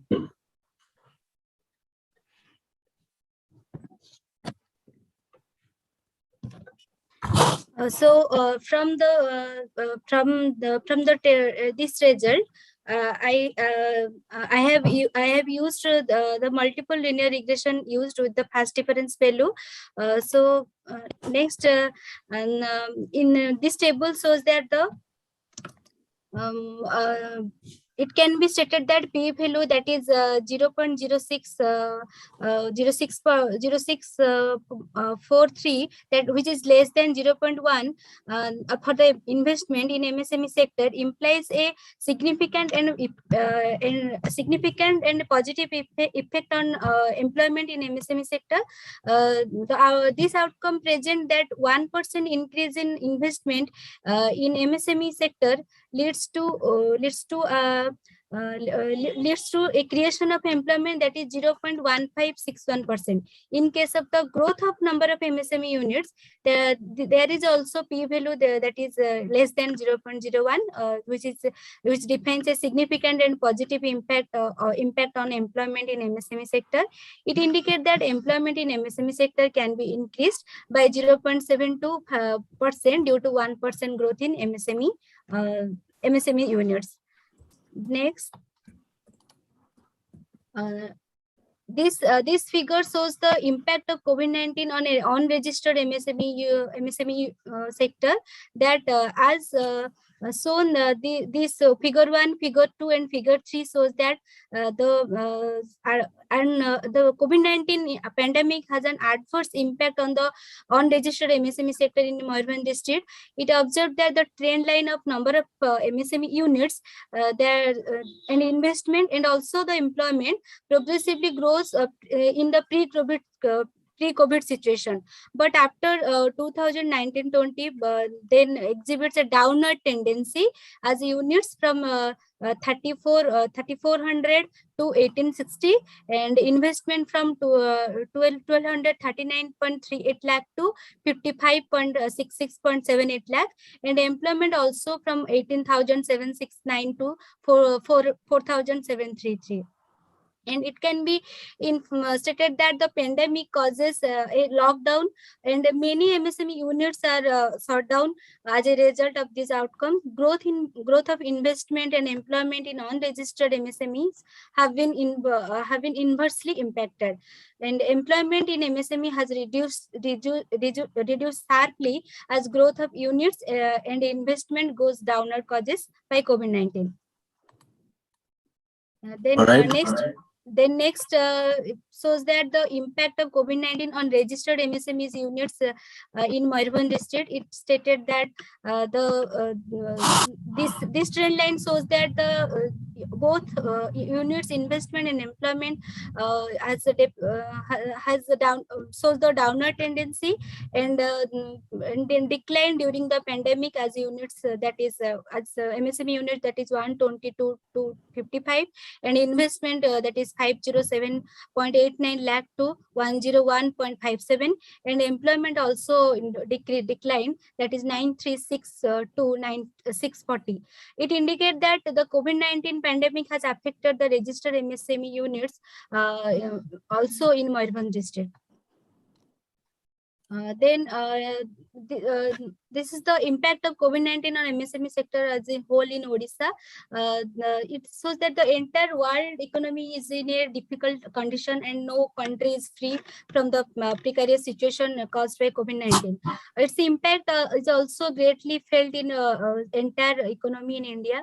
According to All India Manufacture Organization survey, that is 5,000 MSMEs and 71% of MSME were not able to. Yes, Pragya, can you conclude, please? Yes, sir. Yes, sir. I'll conclude. We got your results. Yes, thank you. Yes, sir. I will conclude. These are the steps taken by the government bodies for strengthening the MSME industry in post-COVID-19. Yes. And this is the long-term strategy for sustainability of the MSME industry in post-COVID-19.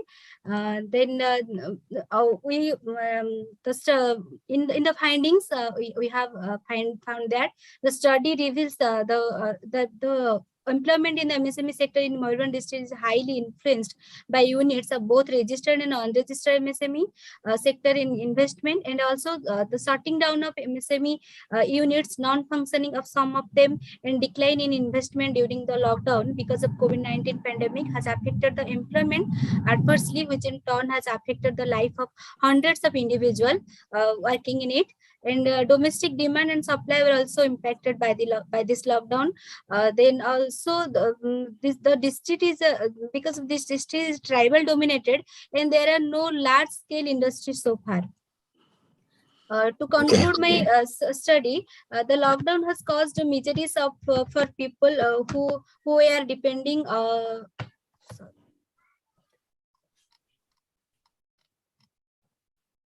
Sure, we got your paper conclusion, all the data. So I think can I request you to hand over to us for comments? Okay, sir. Thank you, Pragya. Pavitra, over to you. Yeah, program, please stop sharing. Yes, sir. I'll stop. I was stop.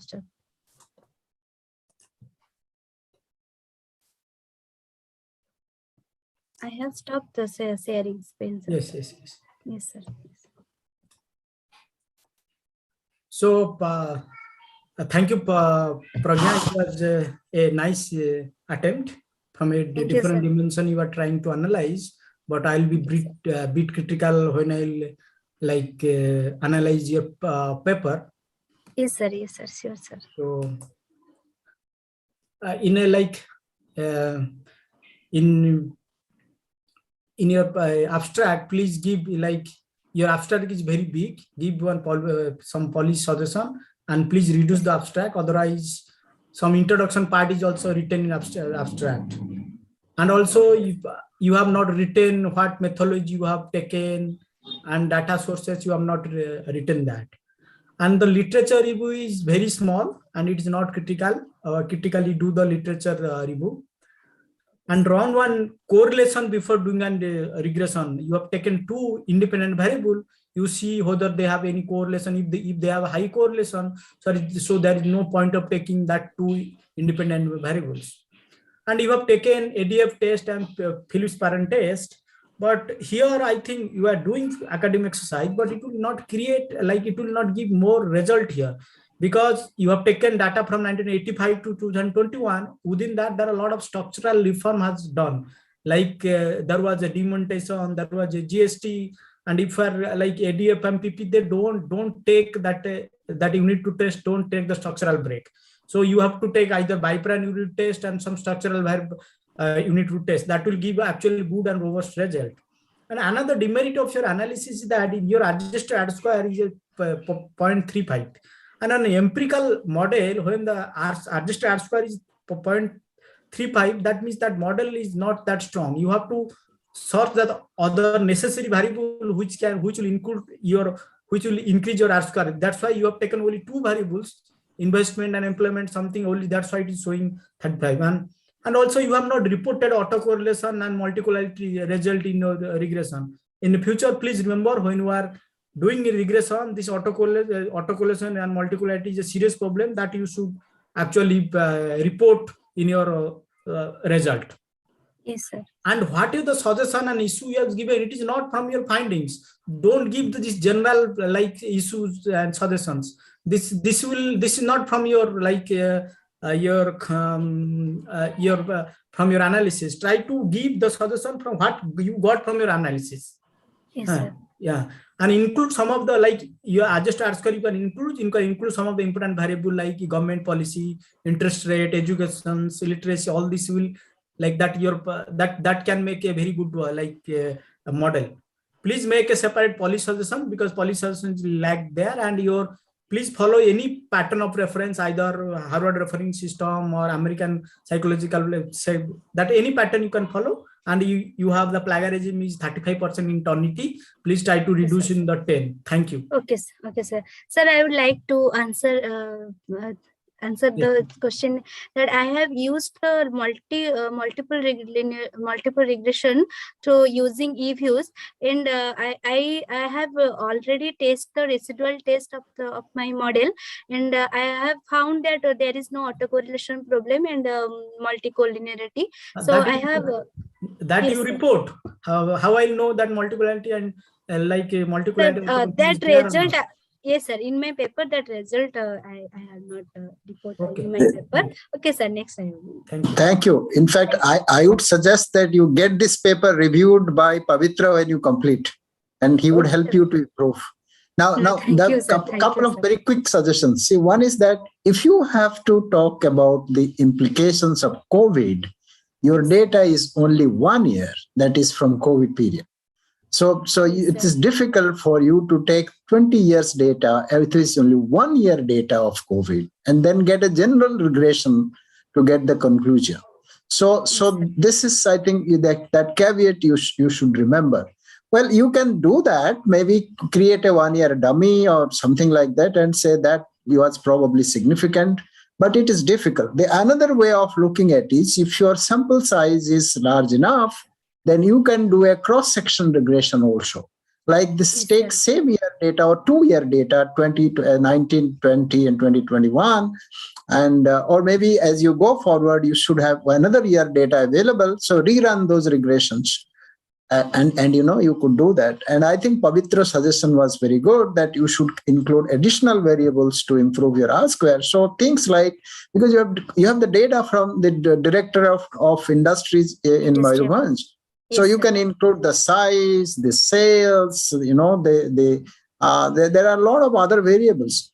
And my last probably would be the MSME is micro, small, medium enterprises. There's a large, differences among them. So when you present there, put some kind of size of assets and, qualify them. What is your sample? How many of them are micro? How many of them are small? And I suppose there probably may not be medium. So you have to do a size-based classification and put a sample. And in that sample, you put the descriptive statistics like the mean of their investment or mean number of employment or whatever. So that gives you a snapshot to a reader as to this is what the sample size is. But nevertheless, you have a good paper and good luck with your research. Thank you. Thank you, sir. Thank you very much. So I had a small question, Professor Pradhan, on the panel in the chat box. Yes, sir. Yes, I missed it. Yes. Sorry. I think Professor has a question. What difference you found between registered and unregistered unit? I think your data very clearly says you have taken registered and unregistered. Did you find a difference? Yes, sir. I have found that in unregistered MSME unit, there is many the COVID-19 impact is hugely impacted the unregistered MSME units rather than registered MSME units. Many of them could avail government support, etc., being registered, and unregistered were out of ambit of the kind of thing. So you probably can get that information. I think it's a very relevant information for you. Separate that sample, right? I mean, at least in your descriptive statistics, you can bring more data. So it will come out as the clarity of the information. Thank you. Thank you very much. Thank you so much, sir. Yes, please sign up. Yes, we now turn to lack of time. We have to hurry. So we now turn to the fourth presentation, Swarna Prabha Hota, Socio-Economic Impact of COVID-19 on Industrial Sector in Orissa. Swarna, please.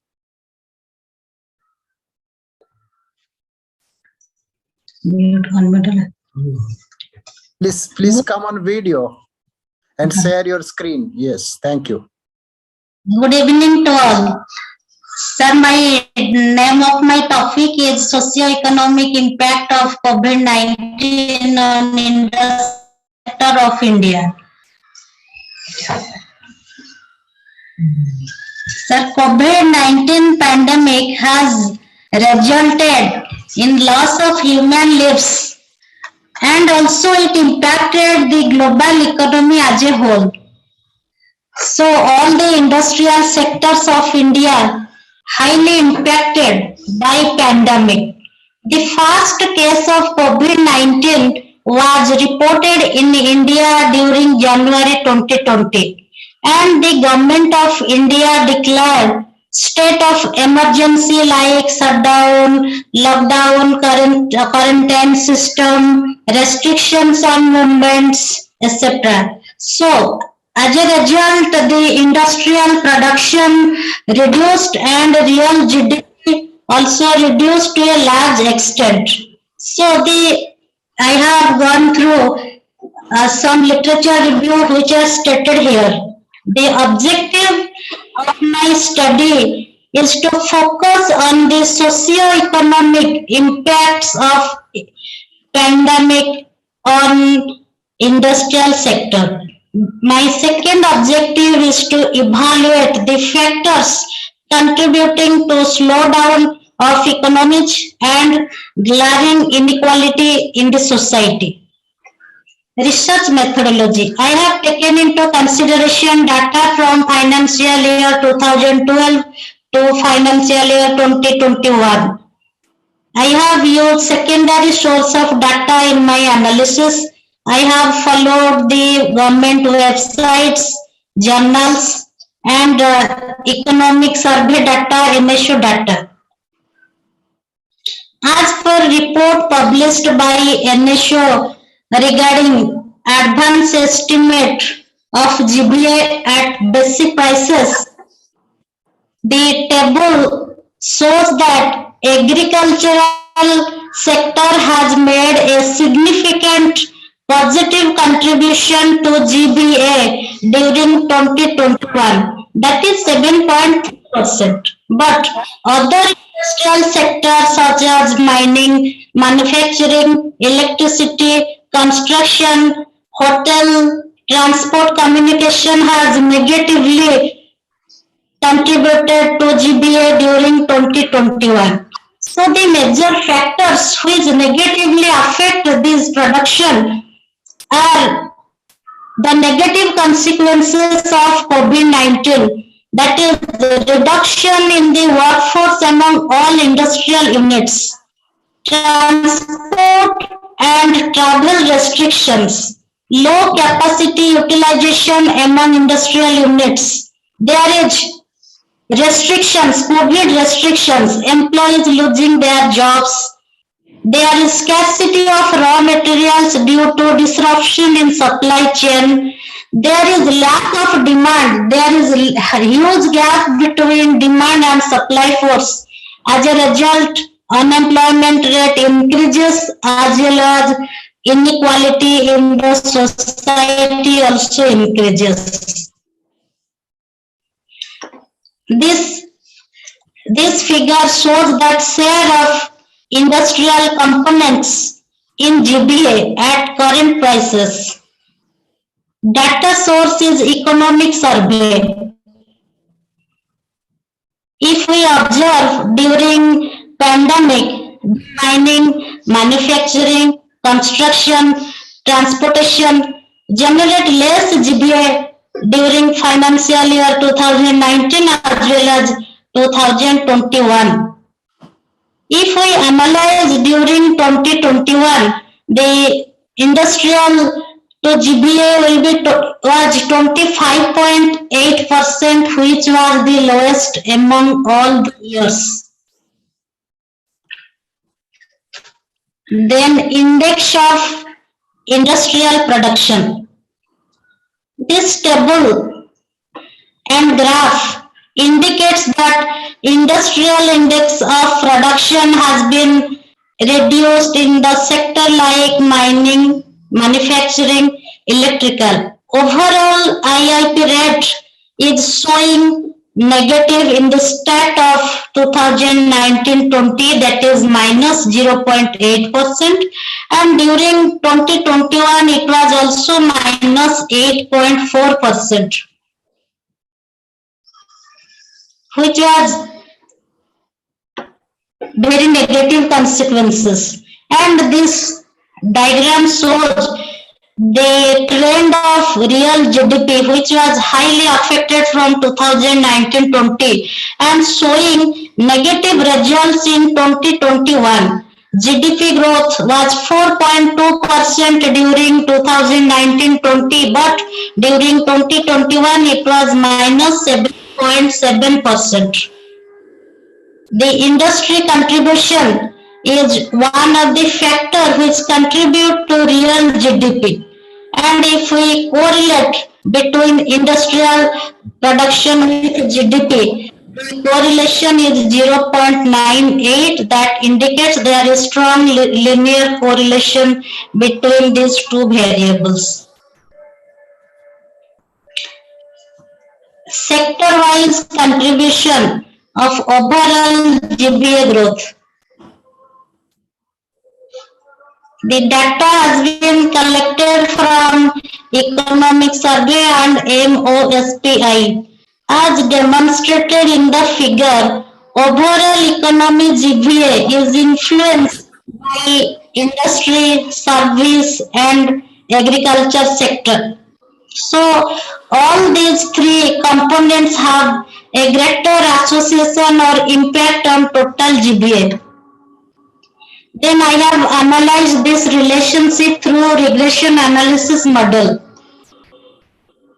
in which GBA of total economy has been taken into consideration as dependent variable and GBA of individual sector, agriculture, industry, service has taken as independent variable.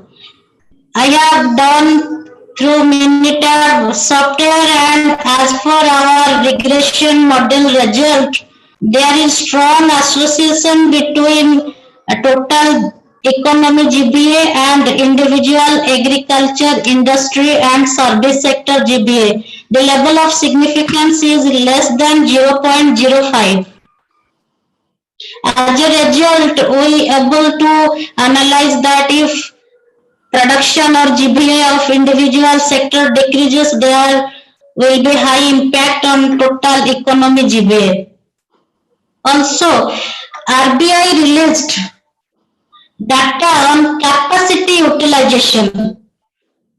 In the first quarter of 2021, capacity utilization is dramatically reduced to 47.3%.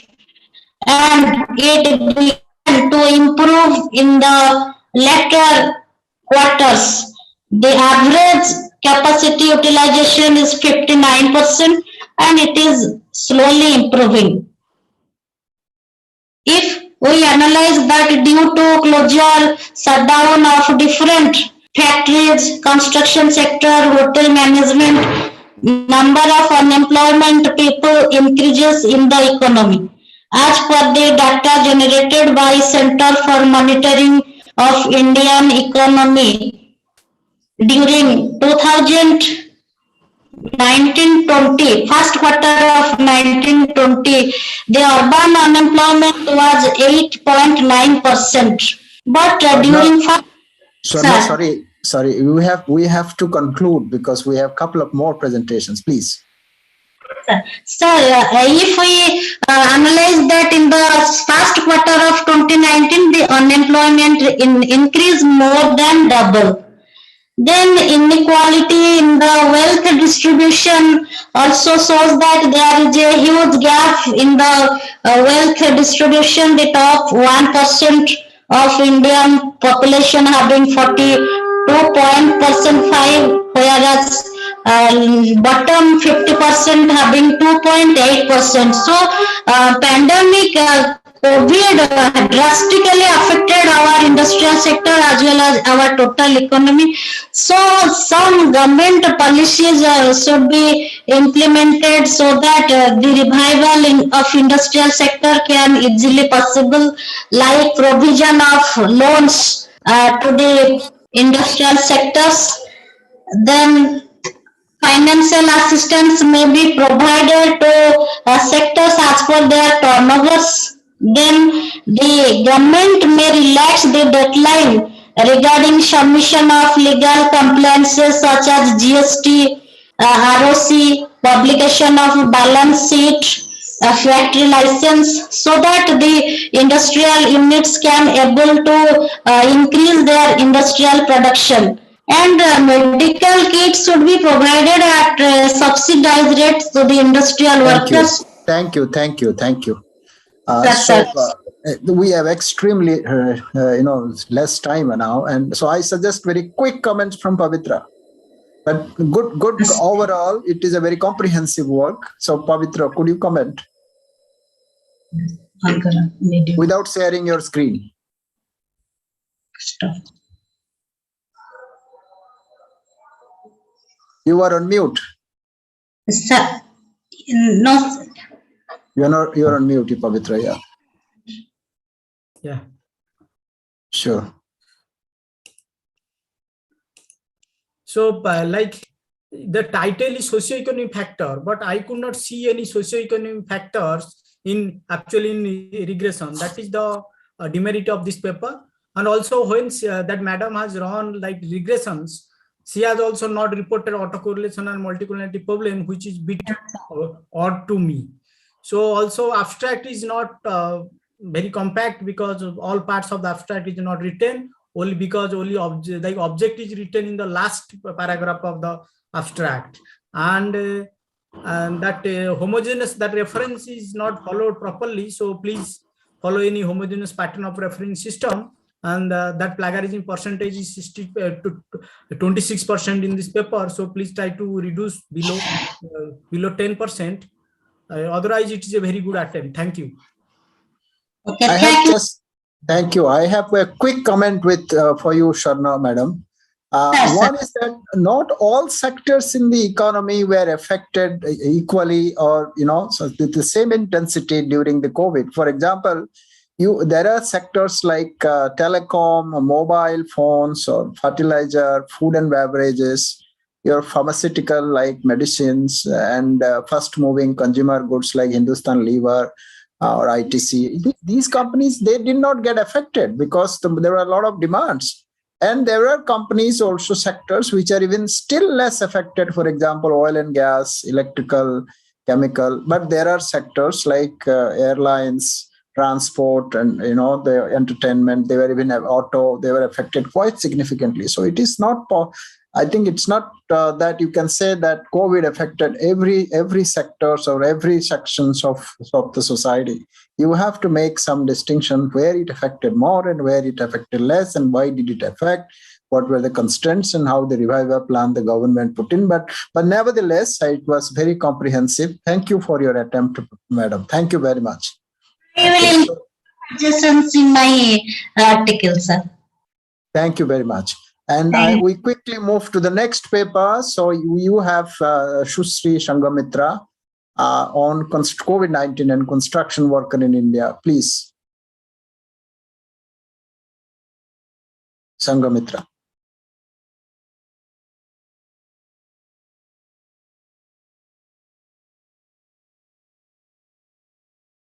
Thank you. You could come on video, please, madam.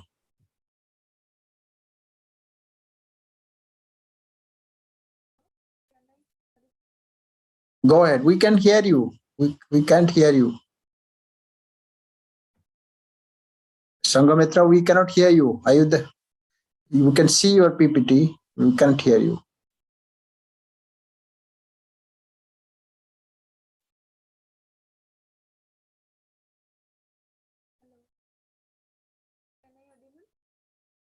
Hello, Shangamitra.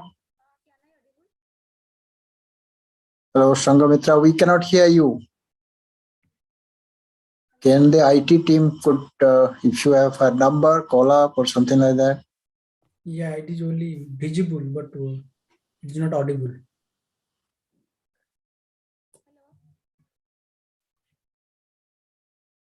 See, we can see her cursor moving in and out. Hello, Shangamitra.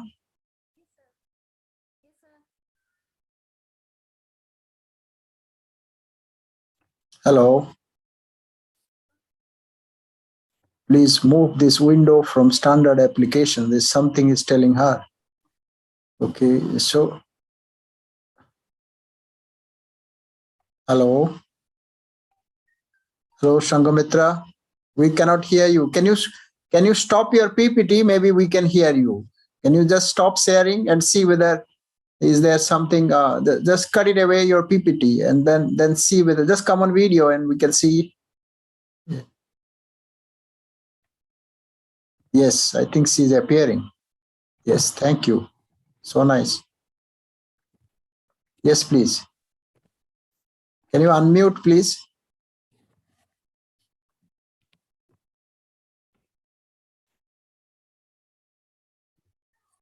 Oh, yes. No, again on mute. Yes. Thank you. Please speak. No. We can't hear you.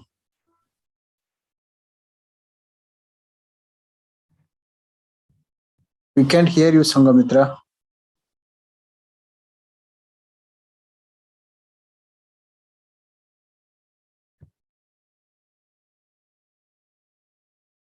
So organizers, could you request her to set it up a little later so we can get the next paper? Meanwhile, we can move to the next paper, Impact of COVID on Indian Real Estate by Ratan Patro, Y. Soma Sekhar Patro, and Subrat Kumar Mahapatra. Meanwhile, Sanghamitra can set up her. Yeah. Yes, Madam Sanghamitra, please send your PPT to our mail. We'll share it from this side. That's right. Fantastic.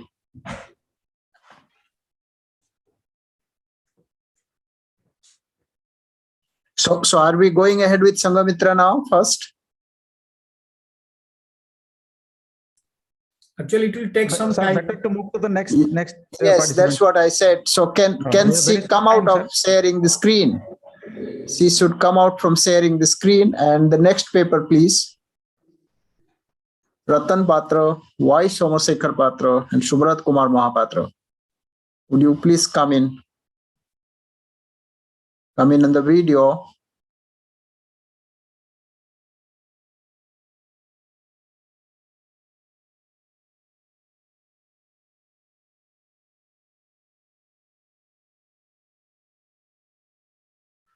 I think her sharing. Can you just take out sharing from her so that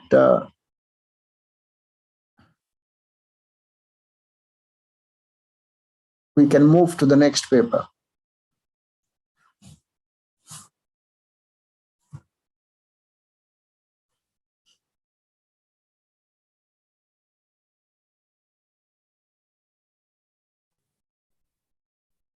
Yes. So now I invite the next paper, please.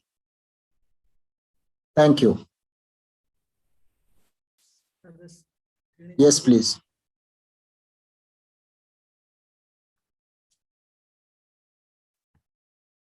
So respected. Yes, please. Go ahead. Yes, respected sir. Please make it full screen. Please make it full screen. Yes, sir. Yes, thank you. Okay, so respected sir, good evening to one and all. Our topic is the impact of COVID-19 on the growth of Indian and Odisha's economic, in a special reference with the real estate sector. So some brief introduction is given here. Actually, we are the initial stage of our research, and broadly, this is a review paper. In a recent scenario, we have prepared some sort of questionnaire, and the survey process is going on. We have selected so many samples from throughout the India, some of the important metro cities, as well as in Odisha. Also, we have selected the Bhubaneswar as in our state. 80% of the real estate sector is contribute by the capital city, that is Bhubaneswar only. So the topic is impact of COVID-19 on the growth of Indian and Odisha's economy, with special reference to the real estate sector. So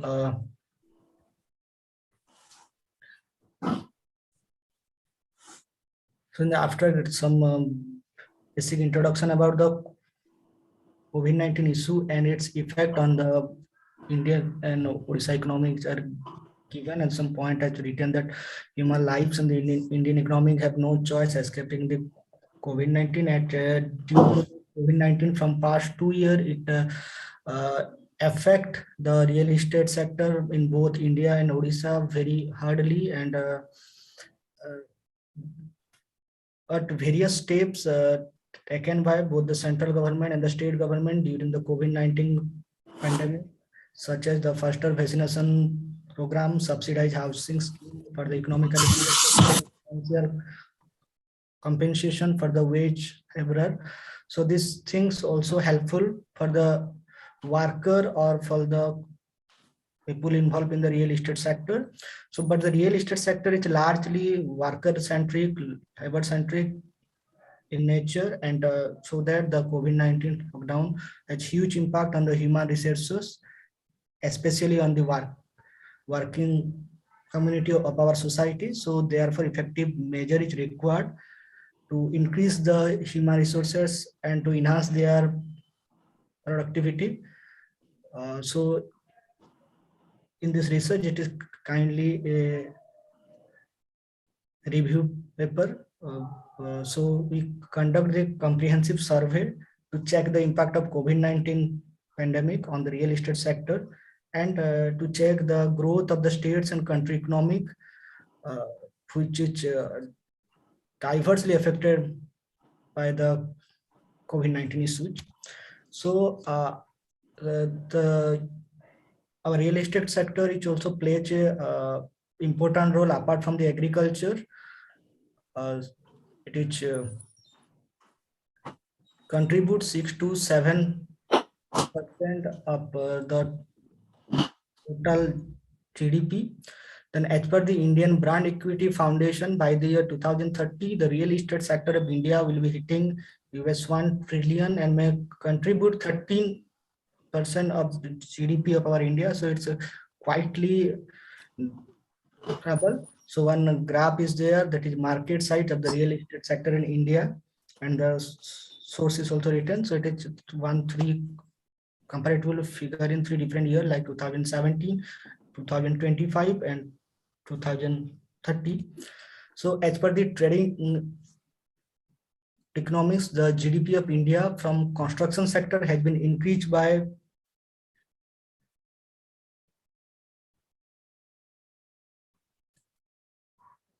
192.72 billion in the third quarter of 2021. So we have provided the data of Ministry of Statistics and Program Implementation, Government of India. So this data quietly implies us the different information regarding the GDP from construction.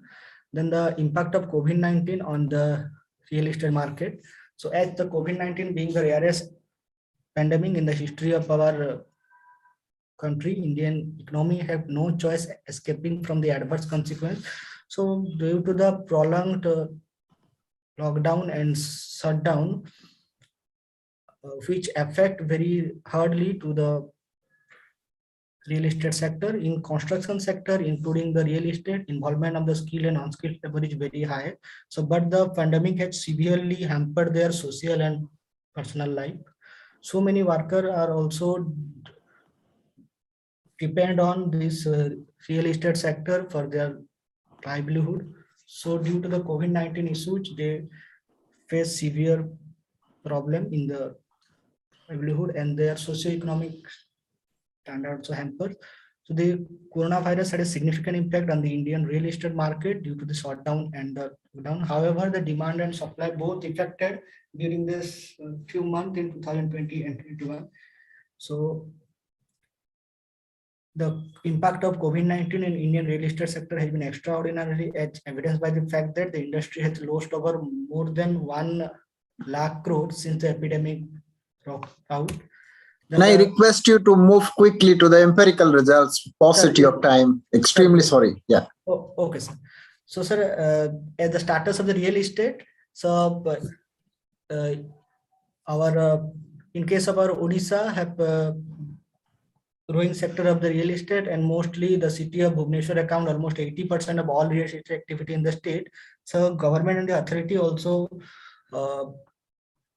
take several steps to increase the livelihood standard of the worker which involved in the real estate market, as well as different in different scheme. They provide rupees 300 crore to the urban body to increase the employment opportunity under the Mukta scheme and Narega scheme. So around 250 small and medium-sized farms directly tied to the real estate industry, such as aluminum panel, steel bar. Sorry, actually, I'm just interrupting for a while. we are running short of time. Sir, Hemant sir, Yes, sir. I would request you to wind up. No, how many papers are left in this session? We paper. still have one paper and one Sangamitra could not present. Last session, okay. Yes.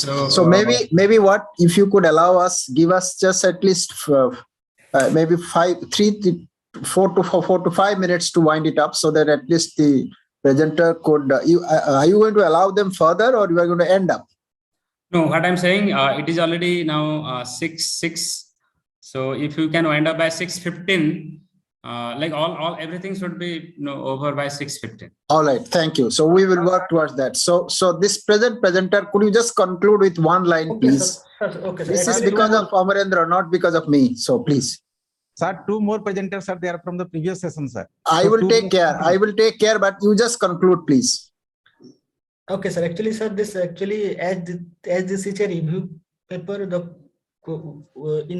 and we are on the initial stage of our research. The data collection is going on. So Yes. by reviewing this some information, we have got different finding. So there has been a considerable shift in the people attitude after the COVID-19, and there is a stronger drive to buy the different residential real estate. No, thank you. Thank you. And the government rightfully has come out with a lot of measures supporting the real estate sector. But I am surprised to see that in Bhubaneswar, which is your reference point, the prices have gone up extremely high. I mean, it's almost 20% rise in the prices of real estate, surprisingly, which you could see. But anyway, thank you for a good attempt. So we just invite the next presenter quickly, please. This is Tarulota and Professor Patro, I suppose. So would you please come up and give your quick presentations, maybe 2 minutes. The paper is already listed in the conference and is being accepted. So paucity of time, please allow us to wind it up. Very short presentation. Tarulota, please.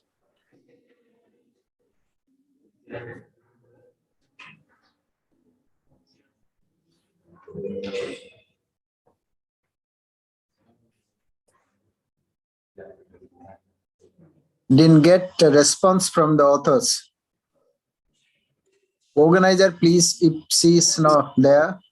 She's not in panelist. I think she's trying to, she can become panelist, then she can present. And why is she not taken as panelist? So who is the next paper? The organizers, please, could you follow up?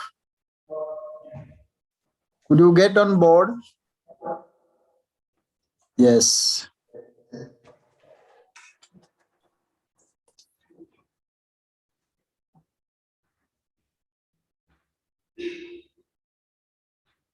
Thank you.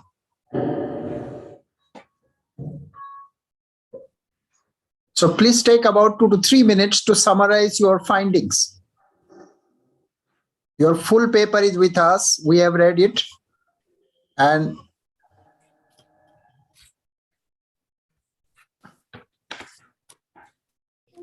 good evening to all, respected chairperson and respected discussant. I am Tarulota Sethi, PhD scholar of Berhampur University. I am pursuing PhD under the guidance of Professor Sudhakar Patra, Professor in Economics, Berhampur University. Now I am going to present my paper entitled Impact of COVID-19 on Domestic and Foreign Tourists and Money Inflow in Chilika Lake, Odisha. You quickly go to your empirical results. Okay, sir. So the introduction slide is, before lockdown, tourism sector is a major contributor to GDP growth, foreign exchange earnings and employment. However, the COVID-19 pandemic has had a devastating impact on worldwide travel and tourism everywhere, including India. According to World Tourism Organization, the international tourist arrivals declined by 74% globally over the 2020 over the previous year, with the restriction on travel with the restriction of travel, low consumer confidence and a global struggle to contain the COVID-19 spread. Okay, Tarulota, extremely sorry. Can you go to your empirical results? We are short of time. We have to wind up by, yes. So go to your empirical results. Article of Chilika, It's a lovely picture. Objective of the study to analyze the trend and growth of domestic and foreign tourist arrivals in Chilica Lake, to investigate the money inflow from tourists in Odisha, to examine the significant change in the tourist arrivals in Chilica Lake due to the COVID-19 lockdown. So then coming to the next slide, that is the data and methodology. This study is basically based on primary data and secondary data, but I have used secondary data for this paper from Statistical Survey of Odisha Tourism for the period of 2004 to 2020 for Odisha and 2010 to 2020 for Chilica Lake. The study has used mean standard deviation, t-test, percentage ratio, growth rate, and line graphs through MS Excel for analysis.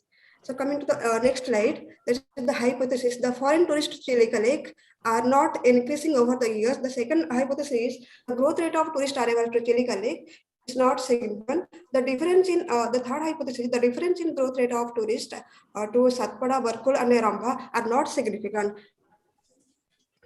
Then coming to the next slide, that is the figure 1, the trend of domestic tourist arrivals in Odisha.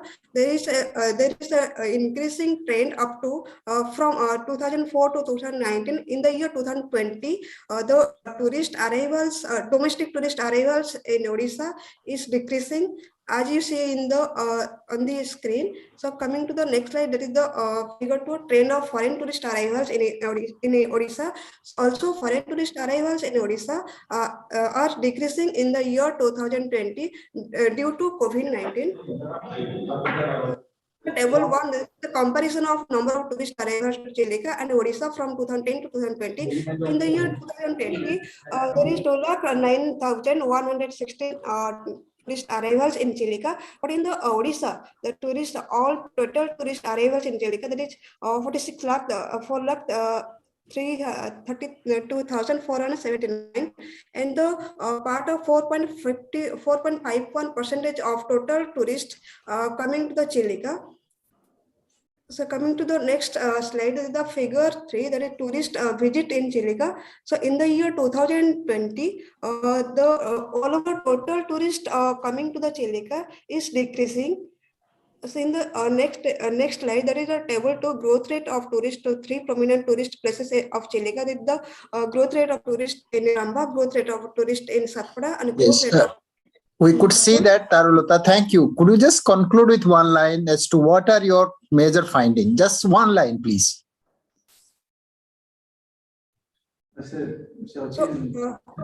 during this period, the 2019 to 2021 tourist arrivals has declined Chilica both from the national level and as well as in international level. In 2020, there is very low tourist arrivals in Chilica Lake.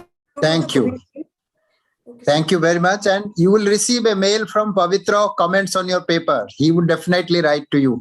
I just invite the next 2 papers to speak a minute, please, about their work. So the next paper, 2 papers which could not be presented, organizers, please bring them on board one by one, since I don't have the paper. Sir, Susri Sanghamitra is ready now. She can just speak, please. Welcome her to speak. No need to share. Sanghamitra, could you just speak to findings of your paper, please?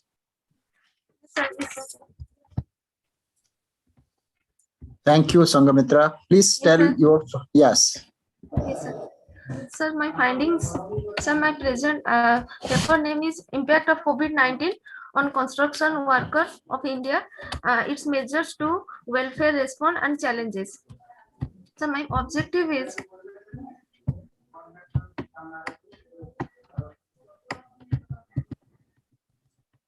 yes, please.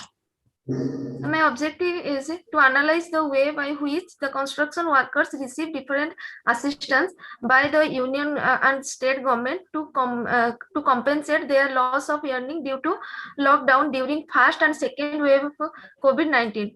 And second is to identify issue related to construction workers that already exist and those that emerged during the crisis and how they can be detailed with. And the first figure shows that the pre-COVID labor market structure. Then the second one, this shows that the structure of the social security benefit, that shows that 12.5% of formal and informal workers received some kind of social security benefit, and 88.1% informal workers have not get any social security benefit, and 10.4% informal workers have not know any social security benefit. Then the second table shows that the regular monthly income of the workers, which shows that 2000, according to PLF periodic labor force survey 2018-19 data shows that 371 nominal wage per day in urban area and 303 normal wage per day in rural area before COVID-19. But when comparing with the wages for PLF 2018-19 data with lockdown period, it indicates that there were workers suffer huge wage losses. Then the next slide shows the distribution of direct benefit transfer to the construction worker during first wave of COVID-19, which shows that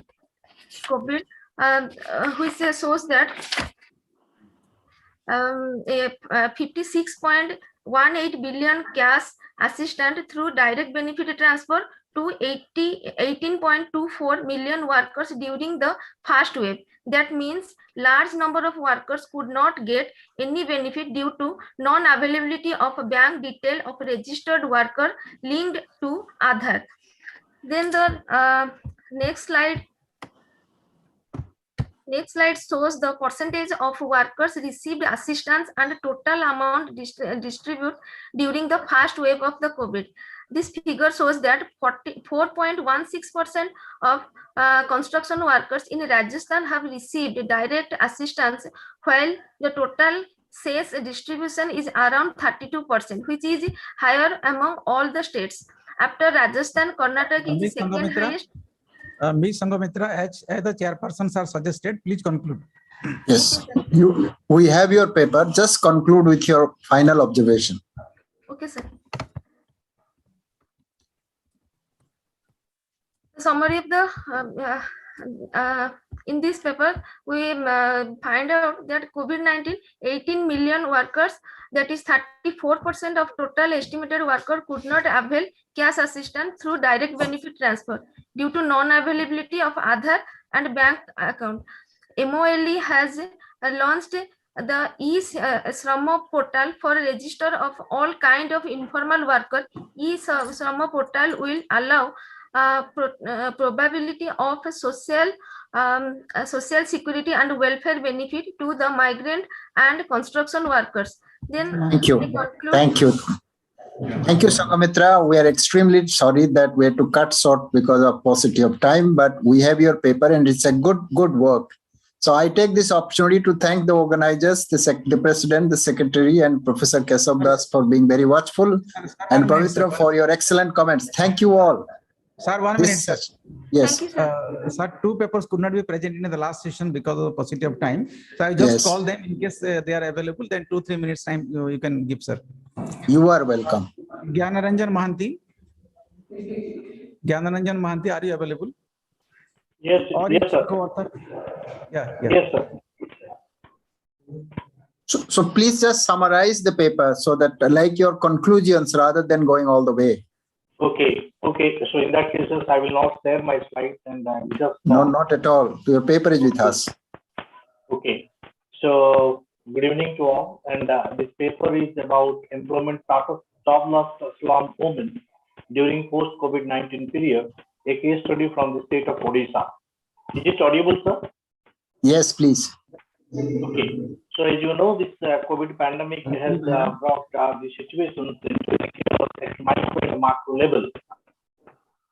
So slums and informal settlements become the hotspot of coronavirus transmission, and the effect of administrative, social, and medical restrictions settle down in affecting the social economic conditions of slum households in different ways. So in this paper, basically, we have taken the two slum pockets. One is at from Barampur Municipality Corporation, is another slum pocket, and one basti from this Bhubaneswar Municipal Corporation. And what we observed that this pandemic has impacted the slum movement severely in terms of nodes of unemployment, no social protection. So I'm not going to this review of literature and all other parts, and straight away I'm talking to the objectives of my paper. And what we did over here, that the pre and post COVID-19 employment status of the job loss slum movement in Odisha, to analyze the problems faced by job loss slum movement in labor market during post COVID-19 period in Odisha, and as well as some policy measures is being suggested. So then all total 210 households were chosen, and now 120 households chosen from this Bhubaneswar Municipal Corporation, and 90 households are chosen from this Barampur Municipality Corporation. And a pre-tested questionnaire is being designed to elicit the information from this job loss law movement. And what exactly the socio-economic respondent, if you look at it, that 74% of the law movement are in the age of 21 to 40. And if you look at it, the 93% of the slum movement, 44% of the slum movement are in the primary education, and 37% of the slum women are illiterate, and 94% of the slum women are below the poverty line. And as far as the skilled and semi-skilled and skilled is concerned, and 85% of the slum women from both the pockets are unskilled in nature. So in this kind of scenario, then how this COVID-19 has impacted all. And if you look at the nature of employment of the job loss slum women before COVID-19, both in organized and unorganized sectors, they were working, and especially in household, house help, working in shop, daily labor, on call, and others. In organized sector, also on roll, outsourcing, on call, others. So if you look at the figures here, 31% of the slum movement in both the pockets are engaged in daily labor before this COVID-19.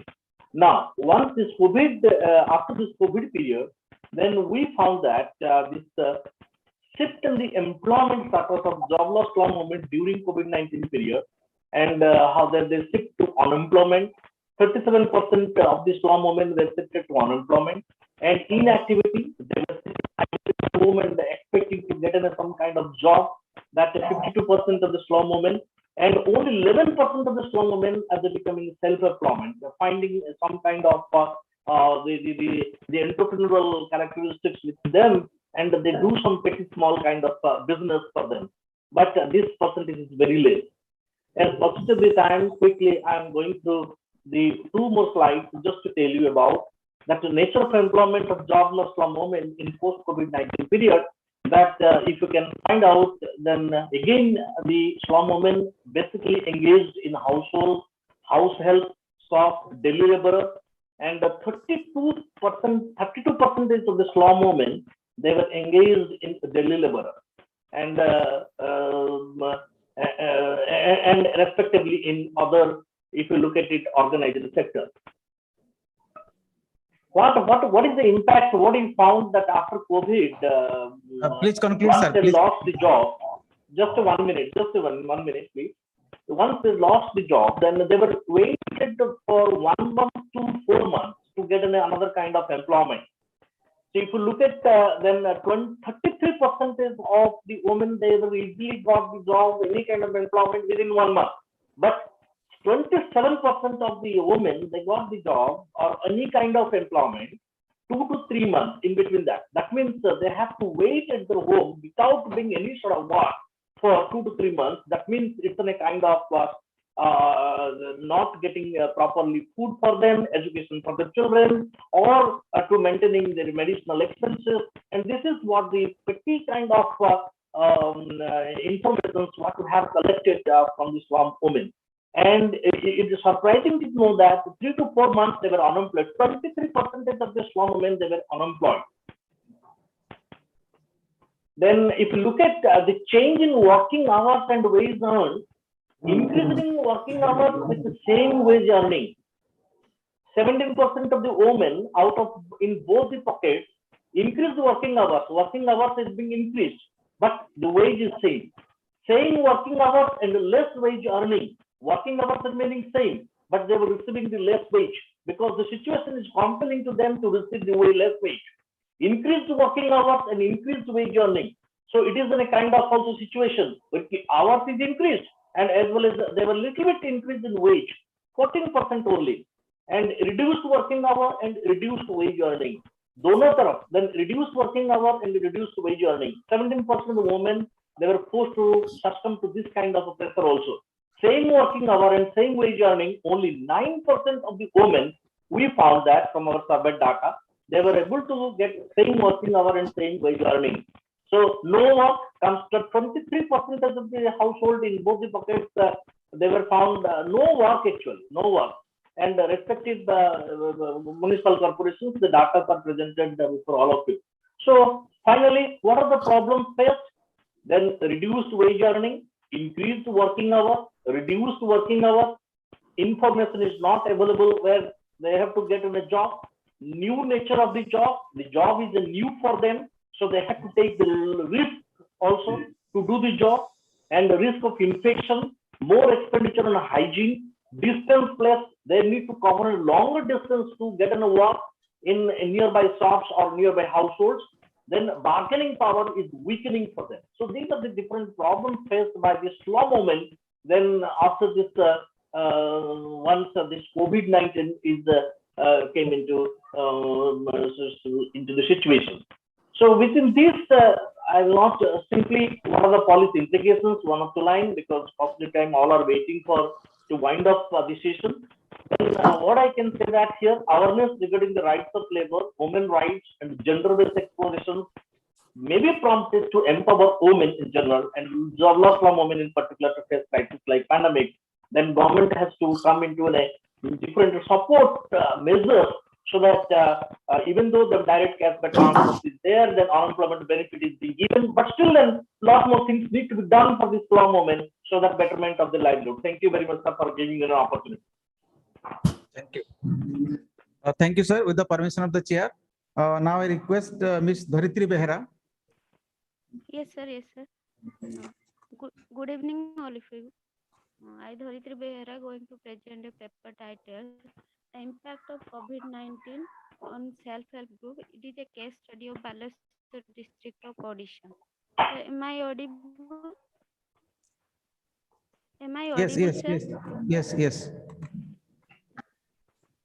And my paper focused on the impact, especially on women member of women self-help groups members, which affected economically and the socially they negatively affect. And the main objective of my present study is to study the impact of COVID-19 on functioning of self-help groups and to study the overall impact of COVID-19 on self-help group women. So I in this study I Ms. do Behera, some literature review. Ms. Behera, States that, as advised by the chairperson, yes, sir, sir. please talk about your findings. Okay, sir.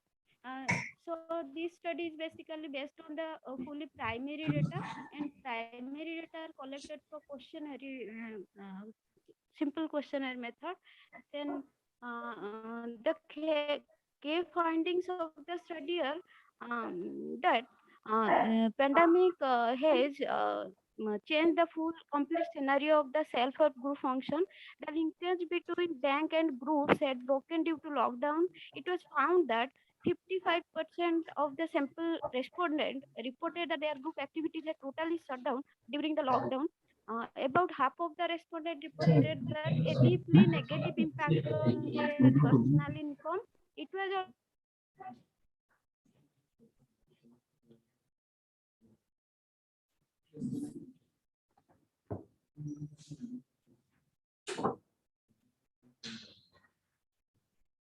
rural women in Balasore district of Odisha had to connect with rising stress, loss of income, and loss of household work.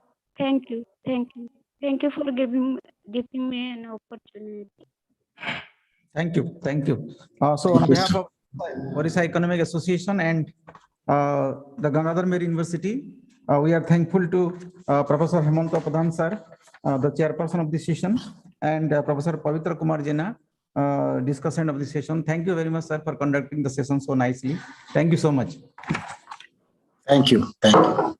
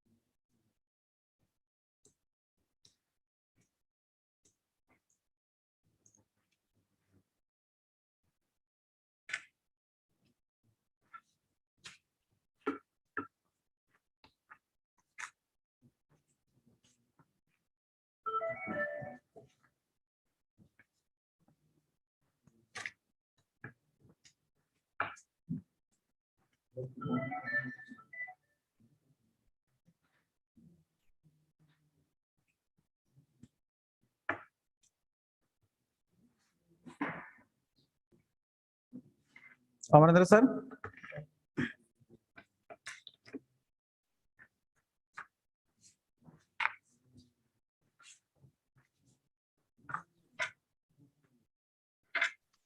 Yes, we should Shall we start. start the military session? Yes, yes, I think we should start.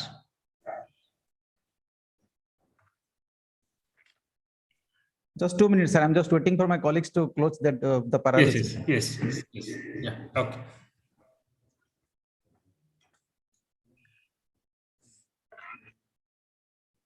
That's what it is. Madam, point.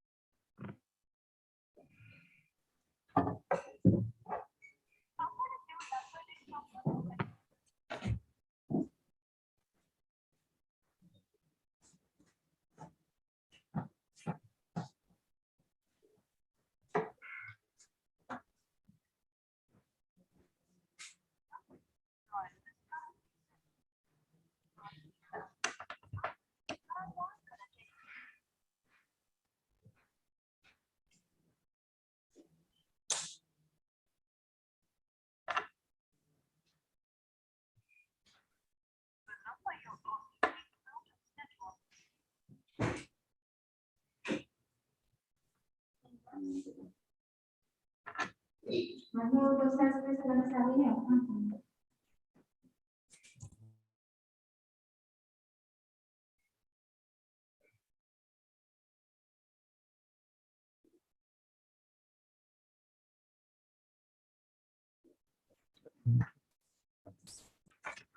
evening, everyone. Now we have reached the last segment of the 54th Annual Economics Conference of the Orissa Economic Association. Thank you very much for joining with us. I welcome Chairperson of the valedictory session and the President-elect of Orissa Economic Association, Professor Keshav Das, sir. Thank you, sir. Thank you for joining.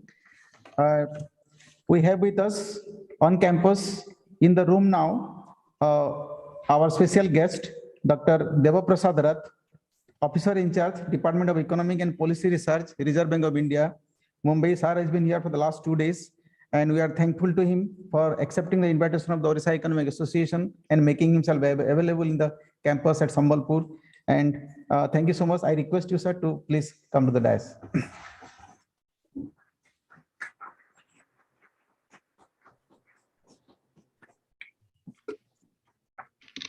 Sir, with the permission of the chairperson, let me introduce Dr. Deva Prasad Rath to the audience.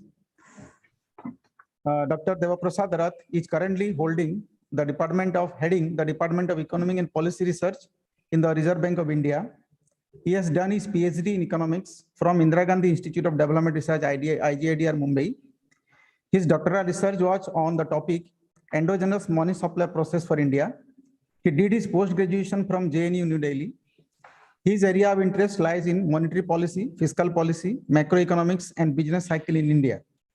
He has published several research articles in the reputed peer-reviewed national and international journals. He has also worked briefly in the Bank for International Settlements and Central Bank of Oman. Thank you very much, sir, for accepting the invitation of our President, Orissa Economic Association, and thank you for sparing your valuable time with us. With the permission of Professor Keshav Das, sir, chairperson of this session, on behalf of the GM University, we want to felicitate Dr. Deva Prasad Rath. Please allow us, sir. Yeah, please go ahead. Thank you, sir. So now I request our head of the School of Economics, Dr. Prabhati Panda ma'am, to felicitate Dr. Deva Prasad Rath.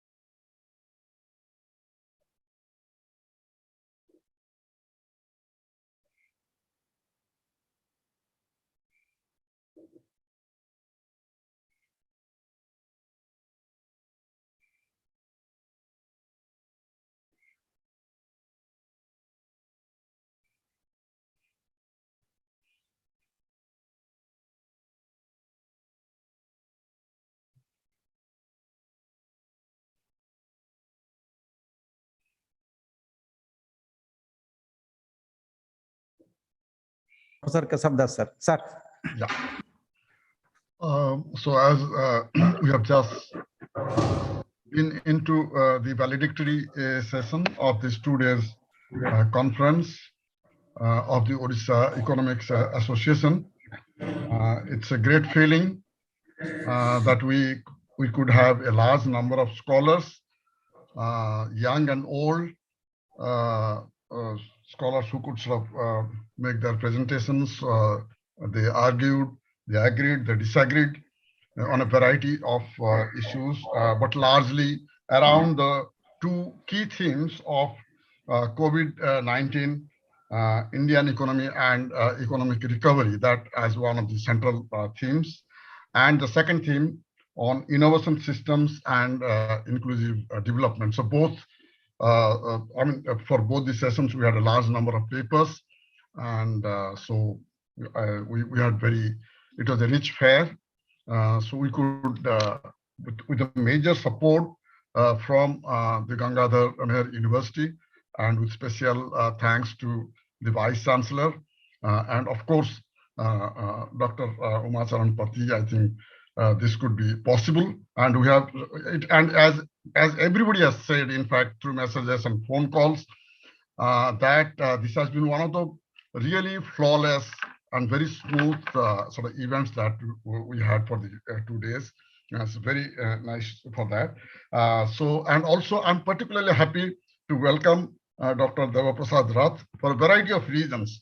The initial reasons are, of course, already sort of stated by Dr. Pati, that he's a very distinguished economist of India, and he has been sort of very directly involved in monetary policy making, and his contribution has been very well recognized. But apart from that, if I may add a small personal note before we sort of request him to make his presentation, we incidentally, we both are from the same school. So, and incidentally, also we are together at the Center for Development Studies when he came as a RBI fellow to do his MPhil program, and I happened to be there. So we are very personal friends. I have great appreciation for him. Even as a young person, he was always the topper in the class. So we are very happy to have Dr. Rath. The only request at a personal level, let me make, because of the time constraint, maybe about 15 to 20 minutes, if he can, because he being a smart person, I would imagine that he would present his ideas on state finances and review of budgets, maybe comprehensively, this being the end session. So, Dr. Rath, it's a great pleasure to invite you on my personal behalf, and of course, on behalf of the ORISSA Economic Association. Please.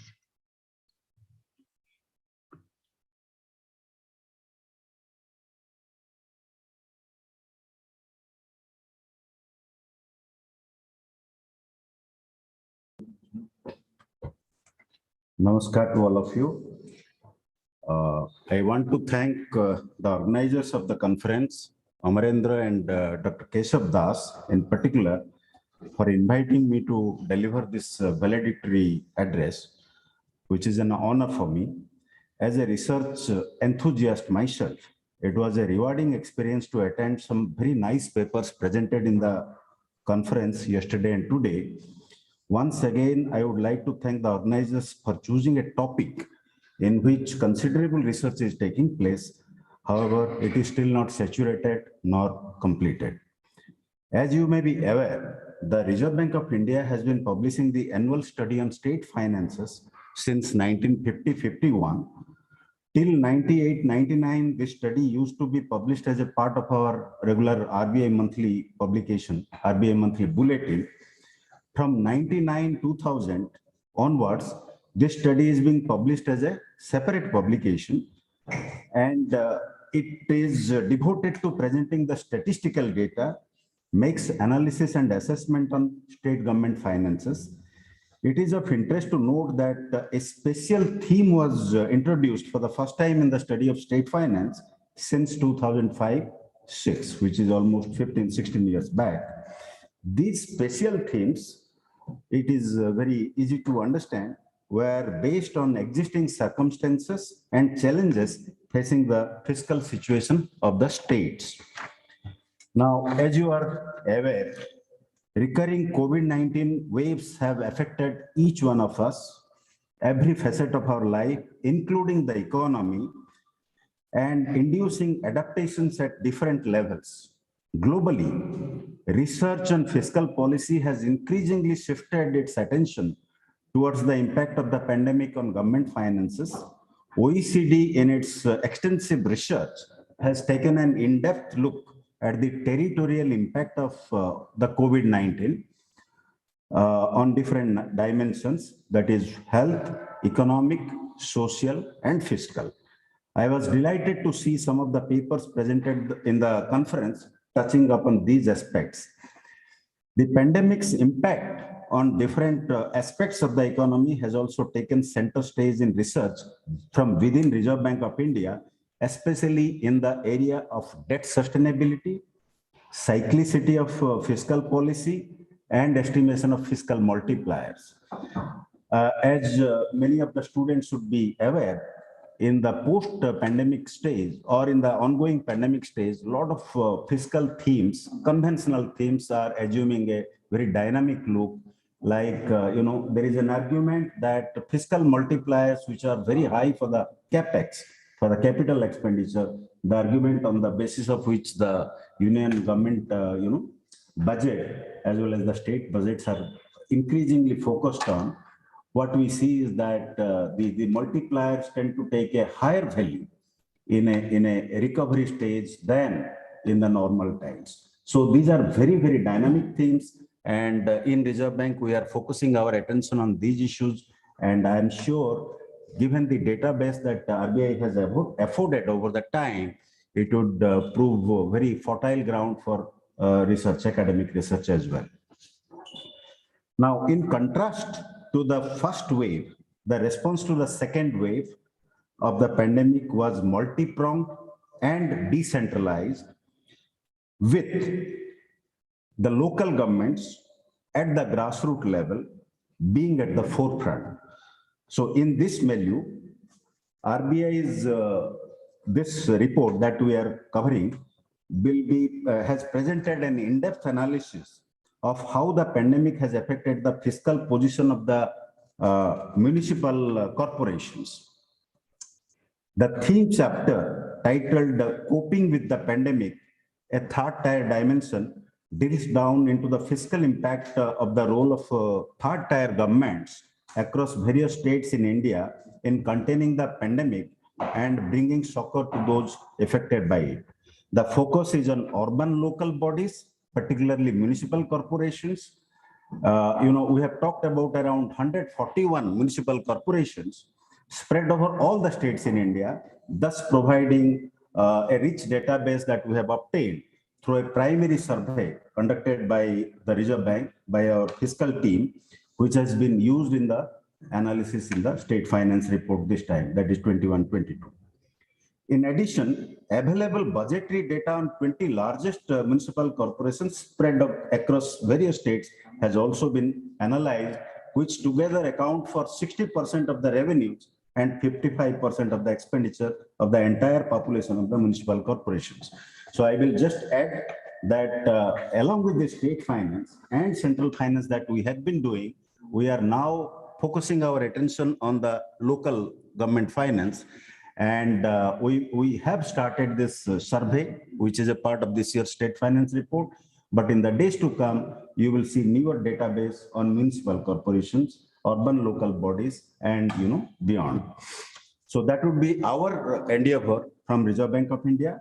And just to give you a nutshell, the findings that we have seen in this report is that threefold findings. One is that for 21-22, states have budgeted a lower GFT-GDP ratio of 3.7%, which is a marked improvement from the level of 4.7% in the revised estimates of 2021, which was the year of the first wave of the pandemic.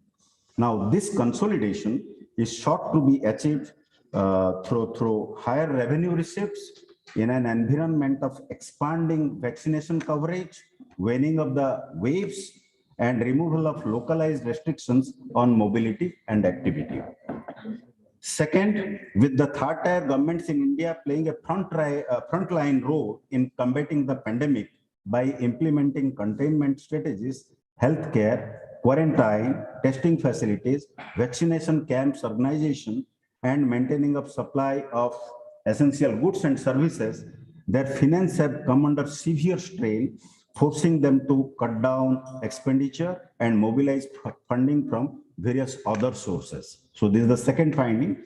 And thirdly, little futuristic perspective that we have provided is that increasing the functional autonomy of the civic bodies strengthening their governance structure and empowering them financially through higher resources availability, including through own resource generation and transfers, are critical for their effective interventions at the grassroots level. Now, with this, I request my colleague, Dr. Somnath Sharma, Assistant Advisor, who has been a part of the team which has produced this report, to briefly touch upon, the main findings with a little bit of more empirical flavor, rational, and for the benefit of students. So with that, thank you all again, and over to Somnath.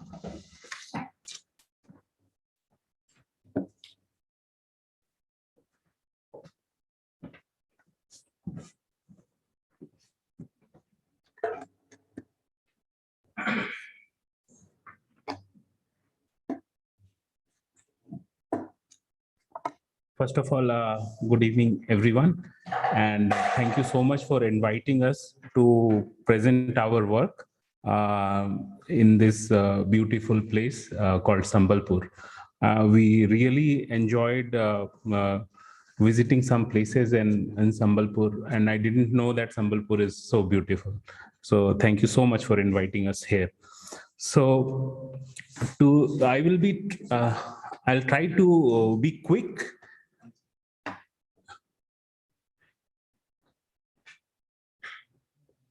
Yeah, so in the interest of time, I would try to be quick as well as comprehensible as comprehensible as I can. But I understand that I have to finish before 7 o'clock. So let me touch upon some of the major findings of the report. This report, as you know, is being published by the Reserve Bank of India since very long time, since 1951-52. And you can find the data relating to this report online also on Reserve Bank of India. We have also brought 3 copies of report. We will leave it with the university, and I would suggest that you go through this report. This report, a lot of effort has gone into this report. Many people have worked into this report, and it was my honor to work under the guidance of Dr. Rath for this report. So this report is, I have been part of this team for the first time. So thank you so much.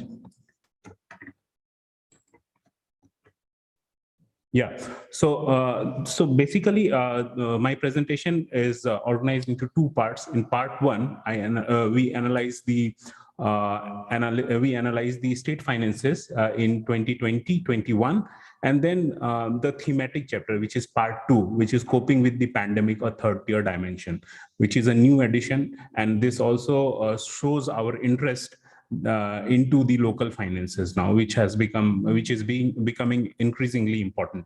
This adds a level of transparency to the fiscal data also of the country.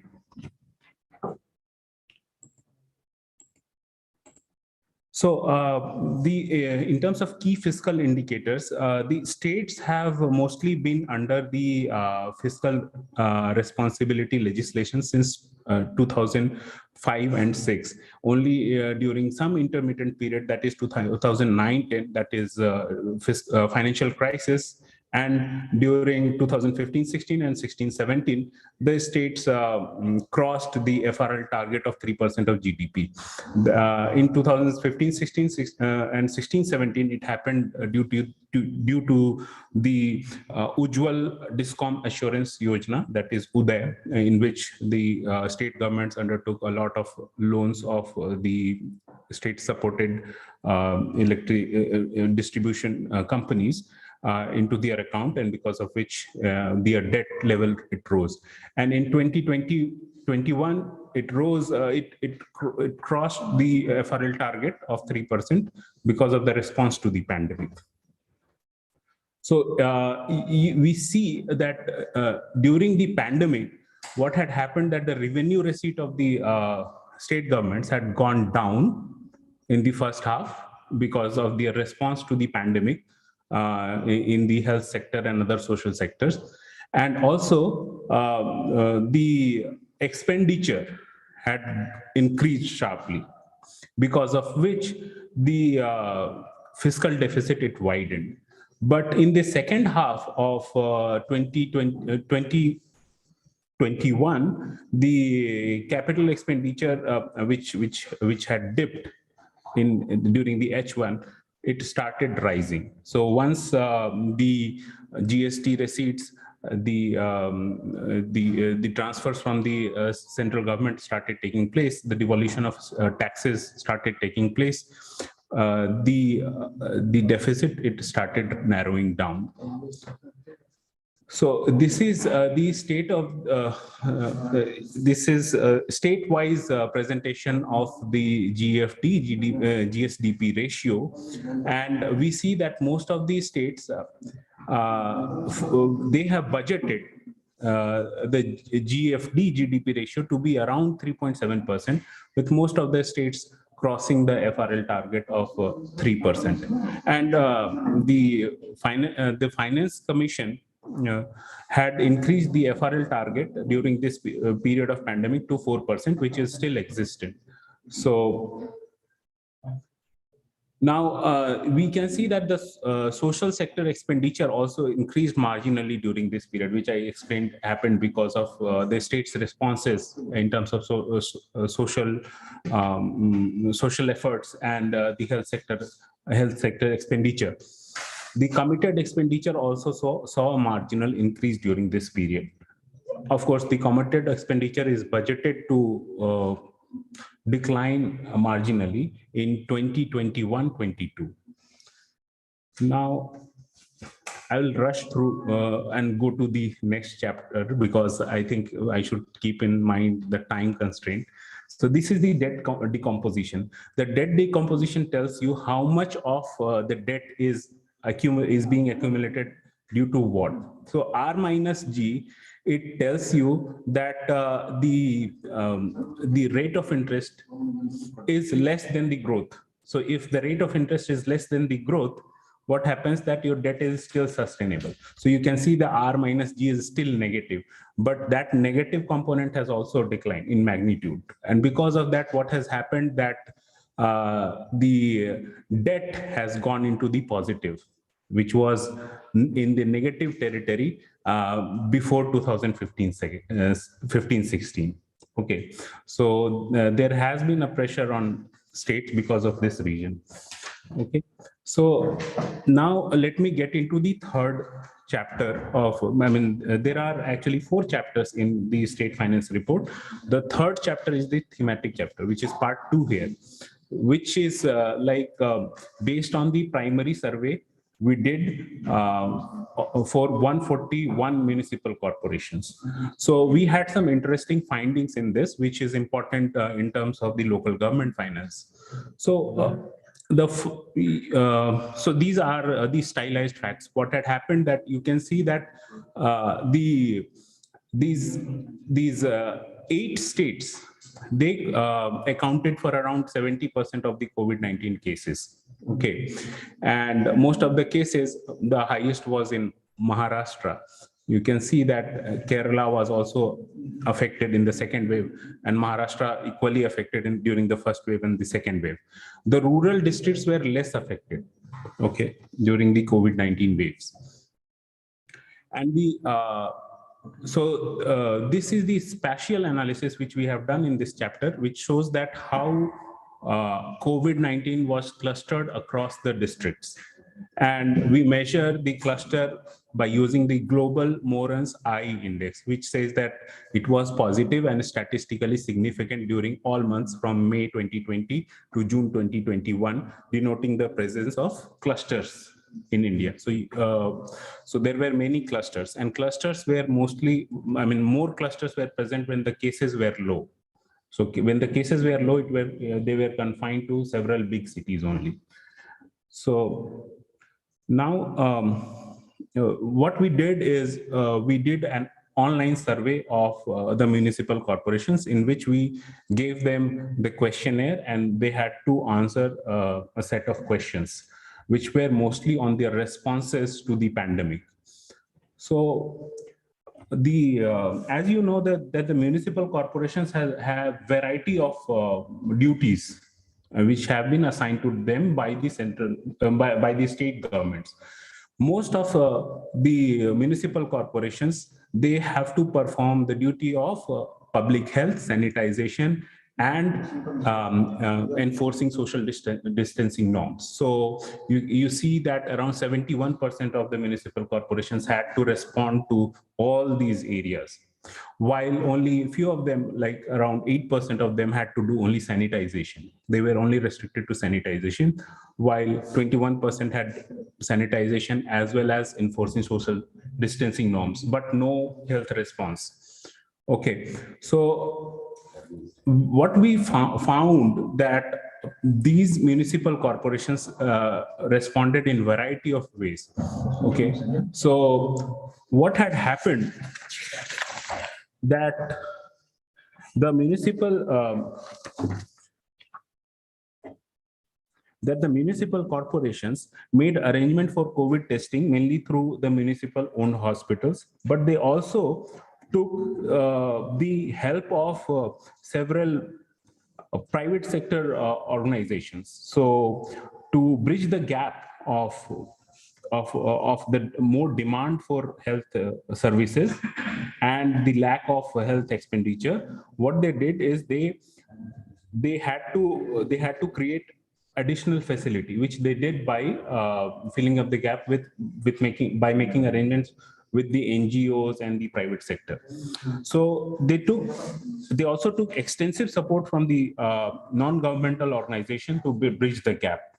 Okay, 70% of the municipal corporations reported a decline in revenue, okay, because of their response, and 71% reported an increase in expenditure. So several municipal corporations had to cut down expenditure on other areas to make available funds for COVID response. So you can see they are limited in terms of resources, but they did a lot of arrangements to respond to the COVID-19 pandemic. Okay, so we also tried to find out how fiscally stressed the municipal corporations are, and for that we used the novel technique called gradient boosting method.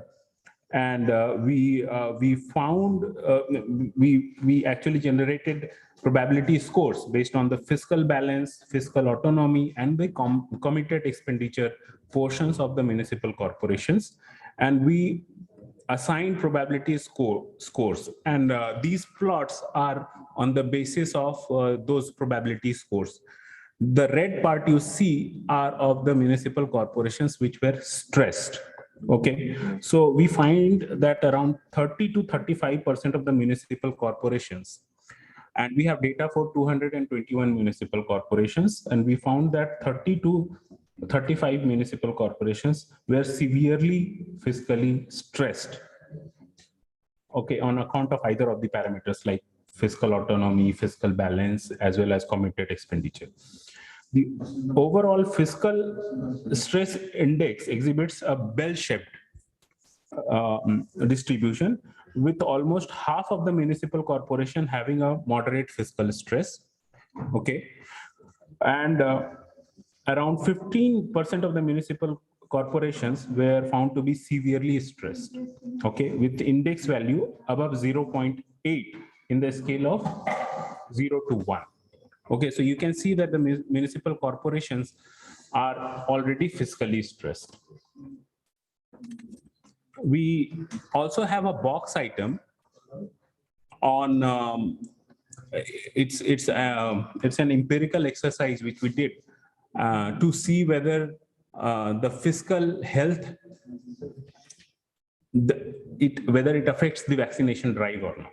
Okay, so we had the data of the fiscal health of the municipal corporation, and we saw we tried to find out whether that fiscal health it affects the vaccination drive by the municipal corporation or not. And we found that yes, the fiscal health does affect the vaccination drive. Okay, so this is the result, which in the interest of time, which I would not like to get into because more details are given in the report. but it mainly says that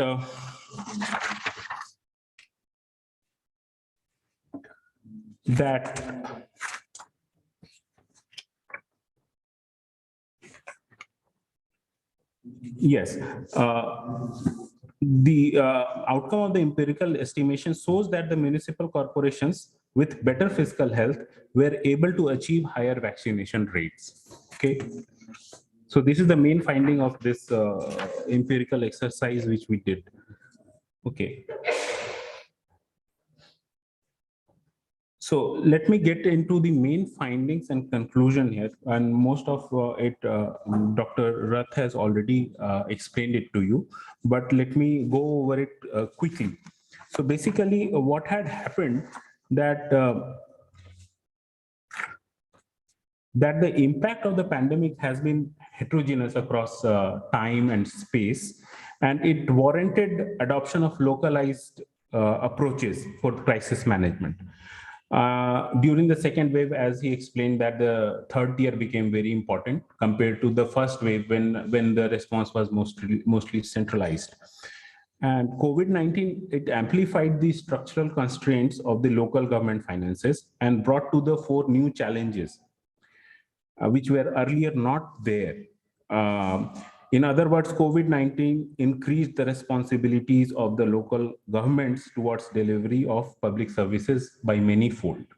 Okay, municipal budgets came under severe strain.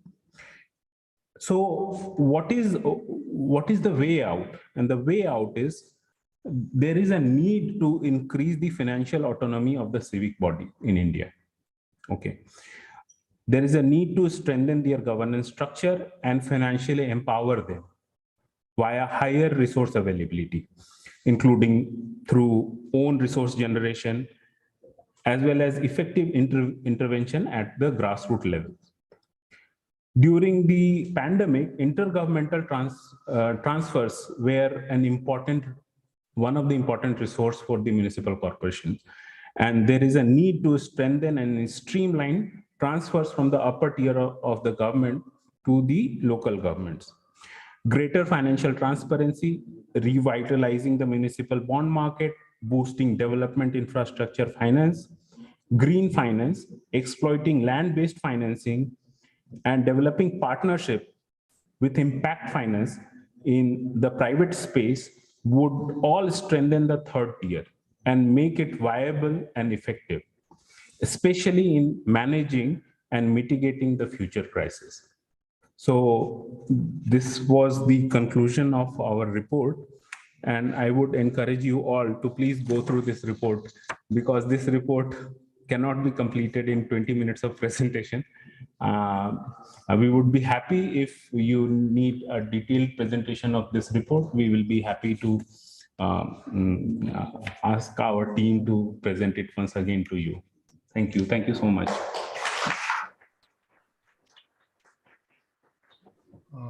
Thank you so very much for this excellent presentation. Not just on the report, I think as Dr. Rath did sort of clarify in the beginning, that it's a very kind of a innovative approach to sort of state finances, and particularly focusing on the third tier, that is the municipal finance, that the RBI has taken so much of interest and has done work. I think this will probably be sort of used by several research scholars and the state governments. And the particular point about sort of like enhancing both the financial and the functional autonomy of the urban local bodies, I think that's a significant point that we must actually learn from this report. With this, let me, on behalf of the Orissa Economics Association, thank the Reserve Bank of India and also congratulate Dr. Rath for being with us and to give this valedictory address, which was very relevant to the overall focus of this conference. And with this, maybe we should have moved to the next item on the agenda, maybe more interesting, exciting for all those who participated, particularly younger scholars.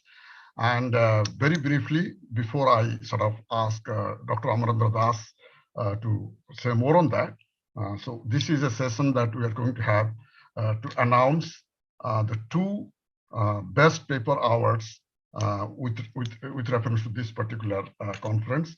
And the first one is in the name of the late Professor Baidyanath Mishra.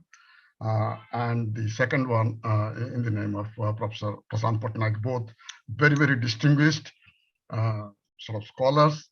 And we are very happy that both Professor Prashant Patnaik is with us, and also Professor Sukant Mishra, who is also an economist and also the youngest son of Professor Baidyanath Mishra. Both are there. We feel very happy, privileged, and grateful to them. So may I request Dr. Amanda Das to briefly sort of talk about the prize and maybe both of them a little bit. Yeah, please.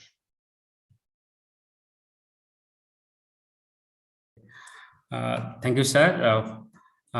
So first of all, namaskar to Prashant Patnaik sir and also Sukant Mishra sir.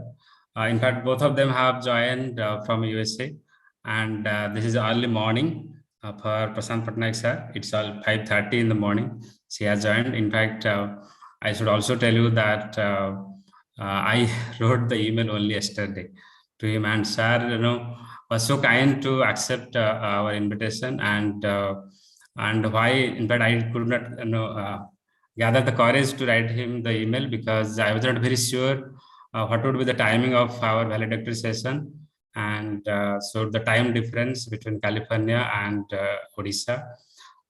So similarly, also no, of course I do not have the contact number of Dr. Professor Sukant Mishra, but I stay connected with his brother Dr. Basant Mishra, who stays in Mumbai. So I also sent him a message last evening, in fact late evening also, and he was also so kind to stay with us. So first of all, I thank Prashant sir and Sukant sir for joining with us. And then coming to the prizes, as Professor Keshav Das has already highlighted that in fact last year we started this best paper award in Orissa Economic Association, and we kept only one best paper award last year, and we just announced the best paper and we kept only 10,000 rupees cash prize. But then we discussed in the executive committee meeting, and then we thought that we should have two best paper awards, because we usually keep two themes of the conference. One is national theme, other is for the state theme. And so we thought that we should name these two awards after two distinguished economists from Odisha. And then unanimously we came up with the name of late Professor Baidyanath Mishra, because he has brought this association to this level. In fact, he has attended all the conferences till the Golden Jubilee Conference. He was there in the Golden Jubilee Conference with us. So, and he has nurtured the association. So we instituted one prize in his name. And the second prize, everyone was also unanimous. And in fact, we also took the consent of Professor Prashant Patnaik. I don't think that we can have any better person than Professor Prashant Patnaik. Not only an economist, we are not touched by his humility and the person he is. So that's how we have instituted that. In fact, I will not speak much about him, because everything will be falling short, whatever you say about him. So although he stays in California, but then he is in all our heart. And in fact, I should also tell you that he was also the president of Orissa Economics Association in the Golden Jubilee Conference. So so that's how we have and kept these two prizes. And then these two prizes will have the cash prize. So each prize will carry 10,000 rupees cash prize and a certificate to the author. So so should we announce the prizes first, I think, or we should listen to Prashant sir and Sukant sir? So maybe briefly, Professor, both the professors can speak for a while. Yes. Yeah, Yes. please. So we may invite Prashant, sir. Yeah, please. Yes. Sir.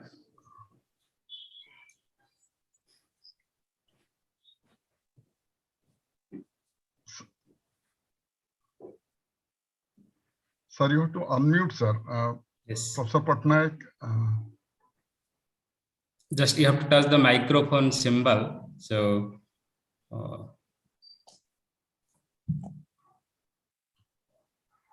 when you touch the screen, you will get a microphone symbol in the left side. Yes. I apologize for this. As you can see, I'm completely unfamiliar with the advanced technology. So I have to learn it fresh now. So I apologize for that. First, I would like to thank the Odisha Economic Association for inviting me to participate in this session of the association's 54th annual conference. It gives me great pleasure to congratulate the scholars who have received the best paper awards of this year. And I assume the names are known already. Is that right? No, sir, we have not yet announced. But you have already announced. We have not announced. Yes. Oh, you have not announced. No. Then I shouldn't be referring to the names. Okay. The well-deserved awards are an indication of the dedication to research, and it's an honor for them as well as the institutions with which they are associated. I look forward to reading their papers. Finally, may I thank the Odisha Economic Association for naming one of the 2 best paper awards after me. I'm not sure that I deserve this honor, but I'm certainly grateful for it. Thank you again. Thank you, sir. Thank you so much, sir. Now we will listen to, we have, in fact, 2 sons of Professor Baidyanath Mishra, Professor Sukant Mishra and Dr. Basant Mishra. So I leave it to both of them to choose who will speak first. Yeah. Good evening, and on behalf of Professor Baidyanath Mishra's family, I'm his eldest son, Basant Mishra, and Sukant Mishra is the youngest brother of ours. So both of us are there. We are very, very grateful to Odisha Economic Association for instituting this award in my father's name. It's an honor and privilege, and we are really grateful to you.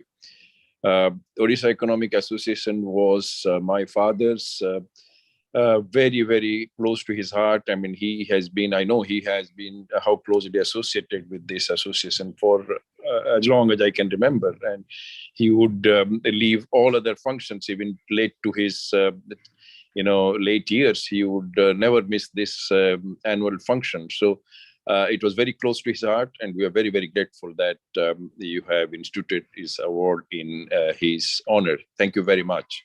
Sukant is an economist. I think he would probably be better off talking to you. I'm a doctor, so I have no clue about what you people do, which is much more important than what I know. Over to Sukant. Thank you very much. Good morning to all of you. Yes, it is morning here in the US. I live in Texas, so it's 7:50 a.m. in the morning. But that's absolutely fine. I wanted to take this opportunity to congratulate both the winners. The winners of the Professor Baidyanath Mishra Best Paper Award and Professor Prashant Patnaik Best Paper Award.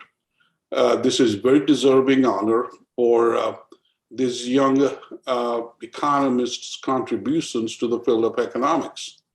This is also an honor they should cherish for the rest of their lives. They should be proud to be the first recipients of the inaugural Professor Baidyanath Mishra Award and the Professor Patnaik Best Paper Award. If Professor Mishra, our father, was alive, he would have said, "Congratulations, young man and woman. Keep up the good work and always make sure that your work remains relevant." That's what he professed all his right, remain relevant, whether you're doing research or you're administering, managing people and projects. To stay relevant is the most important thing. Finally, I take this opportunity to thank the ORISSA Economics Association for establishing this award in the name of our father. Thank you. Thank you so very much. Amarendra, please, you can. Thank you so much, sir. Coming to the Best Paper Award competition, we had two themes. One was COVID-19 and how it impacted the Indian economy. And then we had the second theme as innovation. Yeah. So two themes were there, and we received around 60 papers. But then we allowed 54 papers to be presented in the conference. And then we had a jury, which was basically nominated by the Executive Committee of ORISSA Economics Association. And the jury members were Professor Kesav Das. Professor Kesav Das is the president-elect of ORISSA Economic Association. And he's also the executive editor of ORISSA Economic Journal. And he's currently working at as the professor of Gujarat Institute of Development Research, Ahmedabad. Then we had Professor Uday Shankar Mishra. Professor Uday Shankar Mishra is also the executive committee member of ORISSA Economics Association, and he worked for a long time at Center for Development Studies, Thiruvananthapuram, but now he has moved to IAPS Mumbai, his alma mater, and recently he has joined, so he's another jury member. And then we had Professor Mithali Chinara. Professor Mithali Chinara is a senior professor at the Analytical and Applied Economics Department, Utkal University, Bhubaneswar. And he's also the executive committee member of ORISSA Economics Association. And he's also a member of the OBC Commission that is working in Odisha now. So these are the three jury members. And the jury members have unanimously chosen two Best Paper Awards under two themes.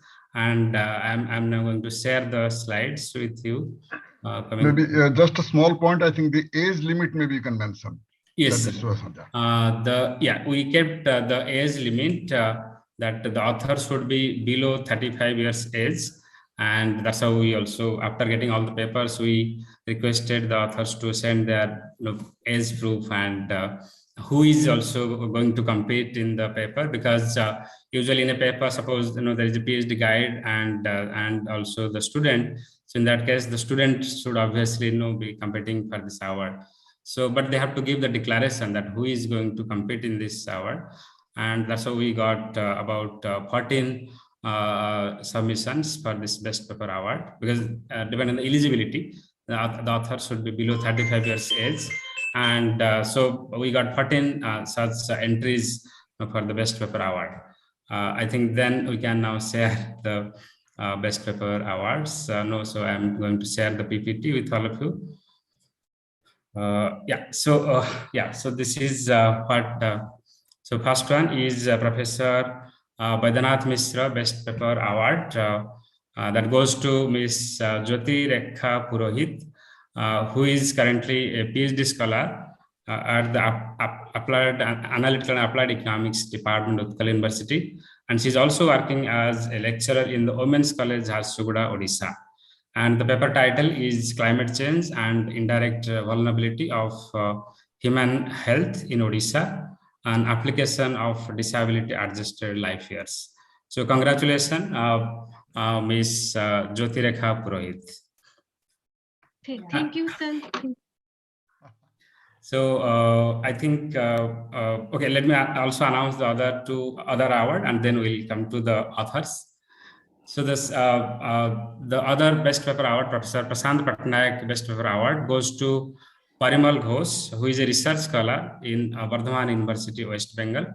And his paper title is Impact of Macroeconomic Shocks in Indian Economy, a relook at the Okun's Law. So congratulations, Mr. Parimal Ghosh. Thank you, sir. Thank you. Yeah. So these are the awards we announced, and so we would request two authors to put their video on and speak a few words. So we'll first go to Jyotirekha Purohit, who is receiving the Professor Badanath Mishra Best Paper Award. Thank you very much, sir. I really didn't expect this, but it's really very happy surprise for me, and it's really it will encourage me for my better performance in my research work. And really, I had a lot for this paper, and thanks to my guide, Professor Himanshu Sekhar Rao, and thank you also. Thank you. Yeah, and okay. So then we go to Parimal Ghosh. Parimal Ghosh, please put your camera on and respond. Parimal. Yes, sir. I'm. Yeah, please put your video and audio on.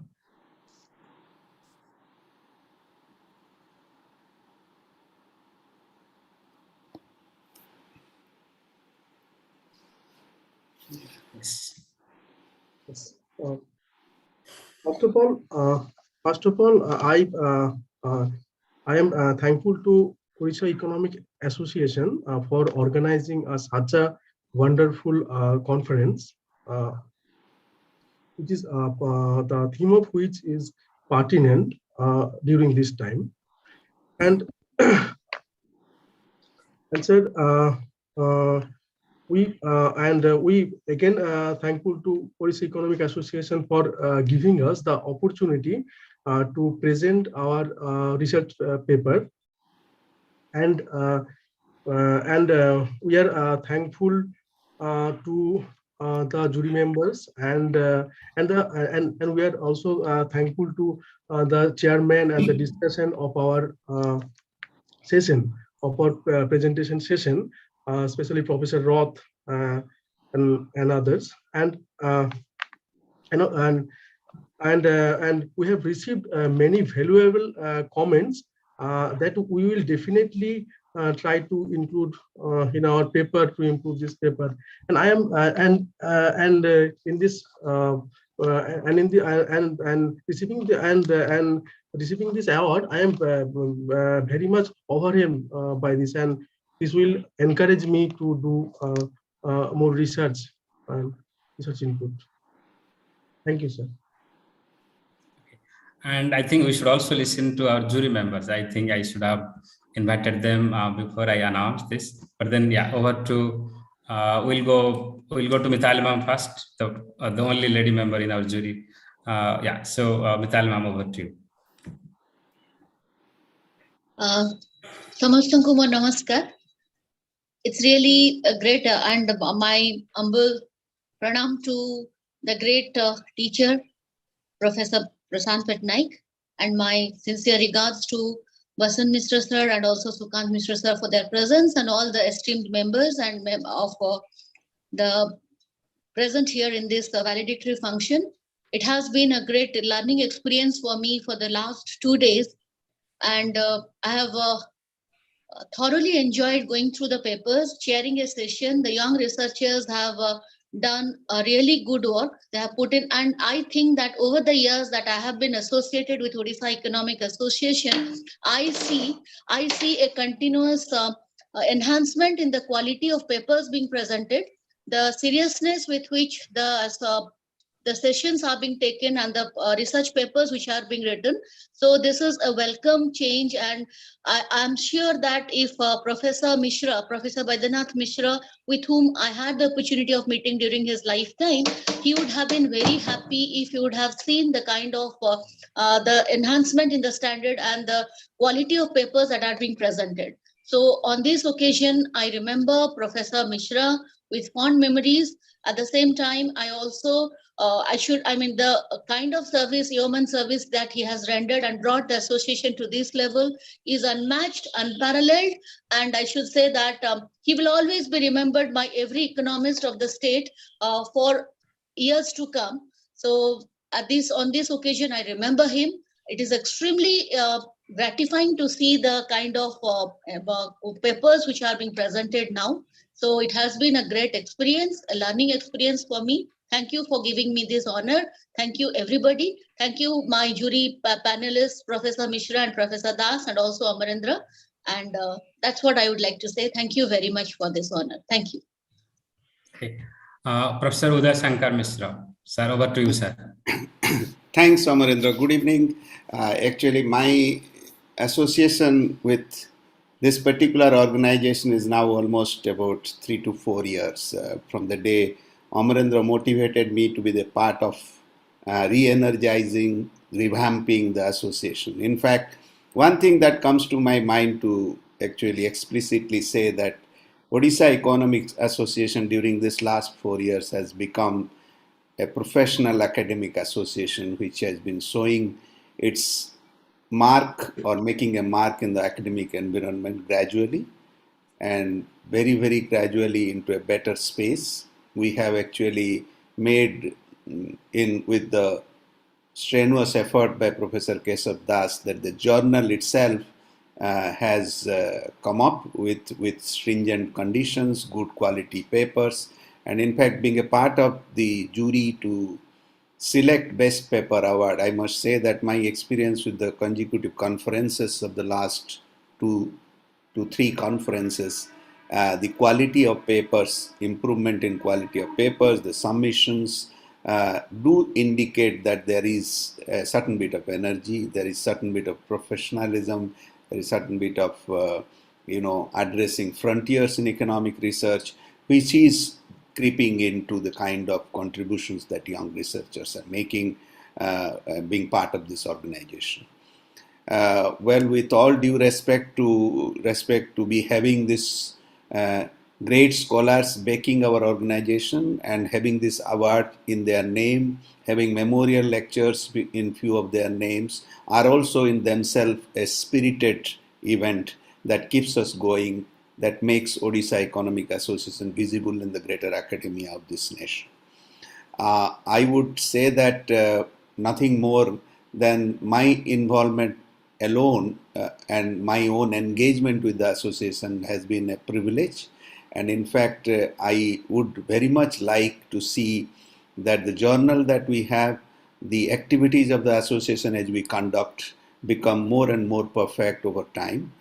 And being the part of the jury and with this encouragement initiative that we have put to give awards to 2 young researchers every annual event is definitely to continue in future, and also it will be cherished by many who understand the reason behind it, who understand the rationale behind it.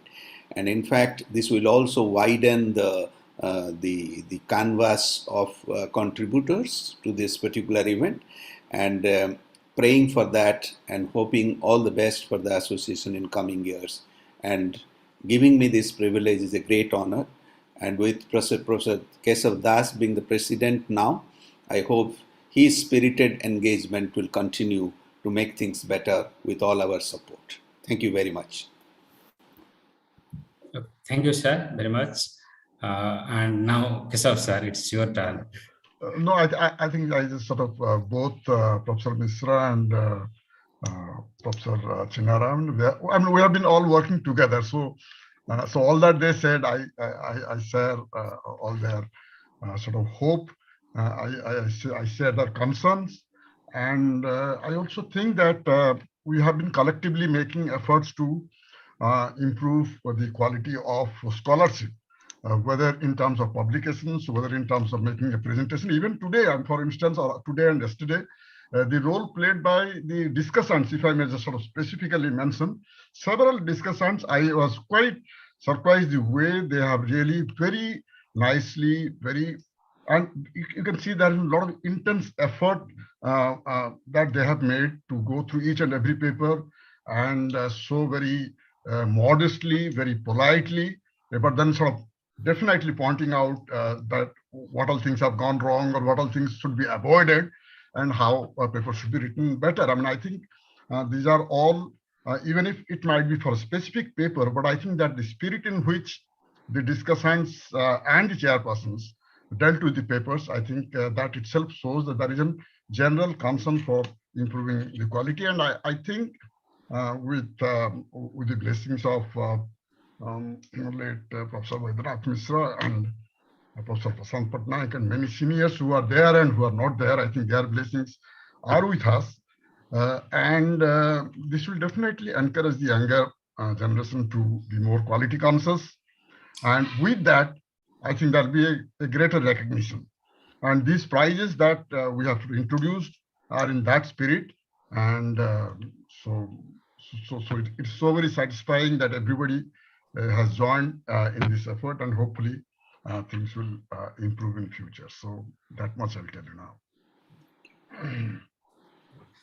So I think again we should directly listen from now. Professor Prasant Patnaik can take the name of the authors and congratulate. So over to you, sir. Prasant sir. Sorry. No, I told sir earlier you could not congratulate taking the name of the best paper award winners. So now that we have announced these names, you may say something. Well, I would again like to congratulate both the winners, Mr. Parimal Ghosh and Ms. Jyoti Rekha Purohit. I have not read their papers yet, but I do look forward to reading them, though I'm not sure I would understand much of it because I do not really know much about either of these two areas, but I would like to read so as to educate myself. But I am really delighted that Odisha Economic Association has started this, took this initiative, because encouraging the young scholars, I think, would be one of the major things that the association can do, because they are our future. They will carry forward the long tradition of Odisha Economic Association in both research and teaching of economics. So I wish them a wonderful career in both research and teaching. And I would again like to thank Odisha Economic Association for all that it is doing to lead the state in both these areas, because that's our profession. No matter what else we do, ultimately we will be judged by our research and teaching. We may have our own political ideology, we may have our own opinion, but that's our final test, what teaching we have done and what research we have done. So again, I would like to thank Odisha Economic Association for all that it has done, and it is still continuing to do, and it will continue to do in the future also. For all that, I thank the association. Thank you so much, sir. I had requested only for 10 to 15 minutes. I think you have already given us so much of time, and early in the morning again. So thank you so much. And now may I request Professor Sukant Misra, if you would like to say something. Well, I really don't want to take any more time. Congratulations to both Parimal and Jyoti Rekha. And again, thanks to the Odisha Economic Association for establishing these awards. These are very important incentives for our young scholars to do great work in the field of economics in academia. Again, congratulations and thank you all. Thank you so much, sir. So with this, we now conclude the prize distribution ceremony. And as the Secretary of the Odisha Economics Association, I would like to thank Gangadhar Meher University for organizing this conference so brilliantly. It was so smooth. Over last 2 days, we have not faced any problem. Everything has gone so smoothly. And in fact, everything has gone on time mostly. Only the last session, there was a little bit of spillover. But I think that can happen because 2 days and just one session spilled over. So other than that, everything was going perfectly. So all the credit goes to Dr. Uma Charanpati. We should have a round of applause for him, who has put all the efforts for organizing this conference. And of course, his team, the head of the department, economics department, Gangadhar Meher University, and all his colleagues, who have been working, so hard much before the conference and also now, and the technical team, the IT team who are working with Dr. Umacharan Pati and his students. Many people might have worked behind this. And then also the most importantly, the Vice Chancellor of Gangadhar Meher University, Professor Nagaraju, who has extended all the supports, and he has also invited us for future events at in physical mode. So we thank on behalf of ORISSA Economics Association and the Executive Committee, I personally thank all of you. Thank you so much. Now it's over to Professor Keshav Das. I think it has been very nice that we had a let's call it a successful conference, and we had a huge participation. We made sure that the quality was not compromised, and we also made sure that the younger people are especially encouraged.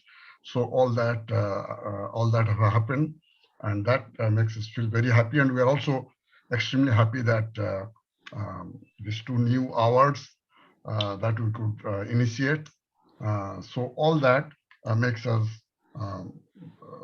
very happy that this event has gone up very well. And as Amarendra mentioned, that it was a lot to do with the organizers because this was an online event and they did it almost flawlessly. So congratulations to them. And with this, I'm not intend to give any valedictory address, or I'm sort of like overwhelmed by the whole activity, the presence, the enthusiasm, and the overall concern of everybody for this association. And so maybe before I end, we'll have a very special person. I think maybe we'll ask him to say a few things. Someone who has been long associated with the association. Ravi sir has already left. He had to catch the train. He had to catch the train at 7:30. Okay. So he just left. He was just sitting behind me, but then he left. Okay. I think the final few words will be from the organizing secretary. Yes, yes. And because I wanted Professor Ravi Patra to say a few words, because he had been the general secretary for what, about 22 years or something. So all these people 1996 to 2018. That's right. So anyways, with this is always a joint effort, and sort of collectively we must look forward to good work. And as Professor Sukant Misra very nicely put it, that as Professor Baidyanath Misra would have liked it, we should be relevant for the next generation and for the society, irrespective of our own obsessions with our own ideology, as Professor Prasant Patnaik mentioned, or with our own views. But I think there is a larger concern for the society, which we all must try to do. So with that, I sort of would request the organizers, maybe Professor Pati and the Vice Chancellor, they can say a few words. And with that, probably we'll close this event. May I invite Professor Umacharan Pati, please? Sir, thank you, sir. Thank you so much. So with profound regards to Professor Prasant Patnaik, sir, Professor Sukant Misra, sir, Basant Misra, sir, and all those who have joined this valedictory session today. On behalf of the J University, we are thankful to the Orissa Economic Association for giving us this opportunity to conduct this program. We wanted to have it in a big way physically, but the reasons why we converted it to the online mode. Despite that, we tried our best to make it flawless, and I'm thankful to the technical team. They supported us brilliantly. On behalf of the local organizing committee, I'm really thankful to the president of OEA, Professor S.N. Tripathi sir, President-elect Professor Keshav Das sir, Amarendra sir, all the members of the executive committee of OEA, all the live members, all other members, and especially the chief guest, Professor Kanan sir, the keynote speakers, then all the chairpersons, discussant, and everyone who contributed directly or indirectly to the success of this particular conference. So we are thankful to all of you, and we look forward to further engagements with the ORISSA Economic Association constructively. And from this side, I must give all the credits. If we have done something properly as per the expectations of everyone, then the credit goes to our Honorable Vice Chancellor, Professor N. Nagaraju, because he is the leader, he is the captain. With him, under him, we are working as a team. And special thanks to all our heads, then my faculty members and my technical team. I'll take their name personally because they have done everything. Chandan Sahu, Ashish Patel, Priyanka Swai, Sushil Sahu, Kageshwar Sahu, then my colleagues, Prados Acharya, Srinivas Das, and everyone, those who have contributed immensely. They stayed behind, but they have done marvelous work. All my research scholars of my department, all the students, PG students, they are present here, sir. Now it is close to 8. Our students and research scholars are here with us. Faculty members are here. And special mention about our head of the department, Dr. Prabhati Panda madam. She is here. She is going to retire in August.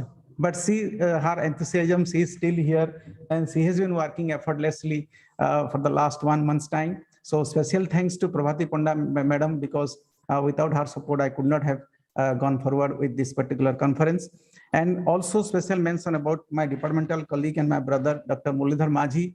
He is also a constant source of support for all of us, and all other colleagues of mine, teaching and non-teaching staff, those who have supported this program to come this far. So thank you very much. Thank you everyone for supporting this way. And I hope in the coming days also we'll get such support and cooperation from every quarters. And whatever activities the association think fitting GM University to that, we are ready to come forward. And in the days to come, the first thing that we are going to do under the able leadership of Professor Keshav Das sir is the consultative workshop that you mentioned yesterday in the GBM. So definitely, sir, for the undergraduate students of this region, will definitely come forward and organize the consultative workshop. There is about this capacity building program, I mean, and also the consultative workshop on 2036 ORISSA Vision Plan. So we look forward to that, and we are ready to support all constructive programs of the association. Thank you so much. Thank you for believing in us. Thank you so much. Namaskar.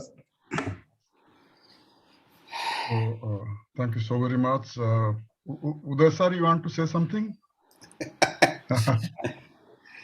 Not much, except I would say that belonging to the same alma mater where I studied, and I am really thrilled and excited about their performance and about their coming up to expectation of conducting this event so flawlessly with greater involvement by every one of them. And in fact, it will be really a privileged opportunity to meet them in person, which I feel that I should have, but for the COVID.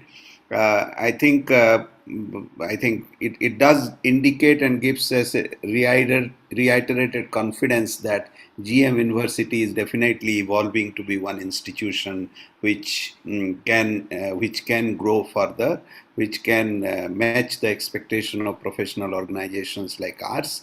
And we also, from our part, ensure our involvement with this university and the institution to meet the aspirations of the youngsters who are going to be future professional. With these few words, I take leave from you, and I thank all of you to have been made me a part of this endeavor. Thank you. Is Surjanaran Tripathi sir online? Please check in the participant list. No, it was not there, Amarendra. No, not in the panelist as participants. Umapati sir, could you check? No, sir is not joined. Okay. Sir is not joined. Before we close, sir, a special mention and a special note of appreciation for Dr. Deva Prasad Rath sir from RBI. He is here in Sambalpur, and so we must clap for him. And I forgot to mention at the beginning, we must also thank Dr. Somnath Sharma. He made a nice presentation about the state finances. Thank you so much. And I forgot to take the name of our registrar, Srimati Jugaleshwari Das, Professor Moin Mohammed, Chairman PG Council. They have also contributed a lot to the success of this conference.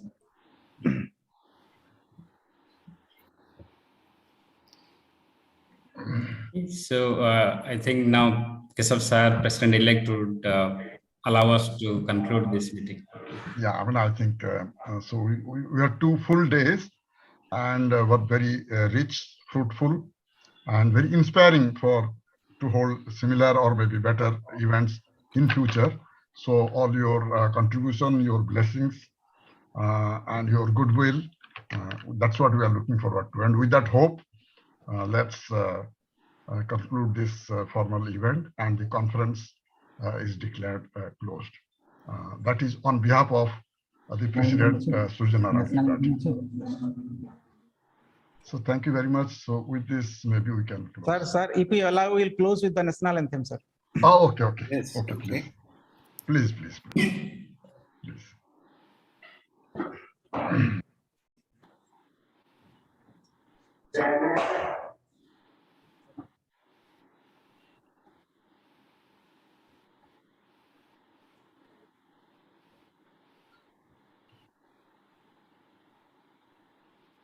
Jana Gana Mana अधिनायक जय हे भारत भाग्य विधाता पंजाब सिंध गुजरात मराठा द्राविड उत्कल गंगा विंध्य हिमाचल यमुना गंगा उच्चल जगति तरंगा तव शुभ नामे जागे तव शुभ आशीष मांगे गाने तव जय गाथा जन गण मंगल दायक जय हे भारत भाग्य विधाता जय हे जय हे जय हे जय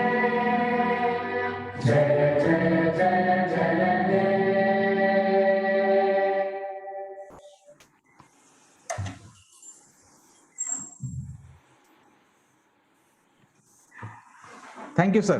Thank you, Namaste. Namaskar, sir. So let's. Sir, Namaskar, sir. Thank you so much for joining with me. Sir, Sambalpur visit pending rahela samastamkar. Sure. Thank you, sir. Thank you, sir. Uday Misra, sir. Yes, obviously. This is your institution, sir. Of course. Okay. Yeah. Thank you. Thank you all. Thank you. Namaskar, sir. Namaskar.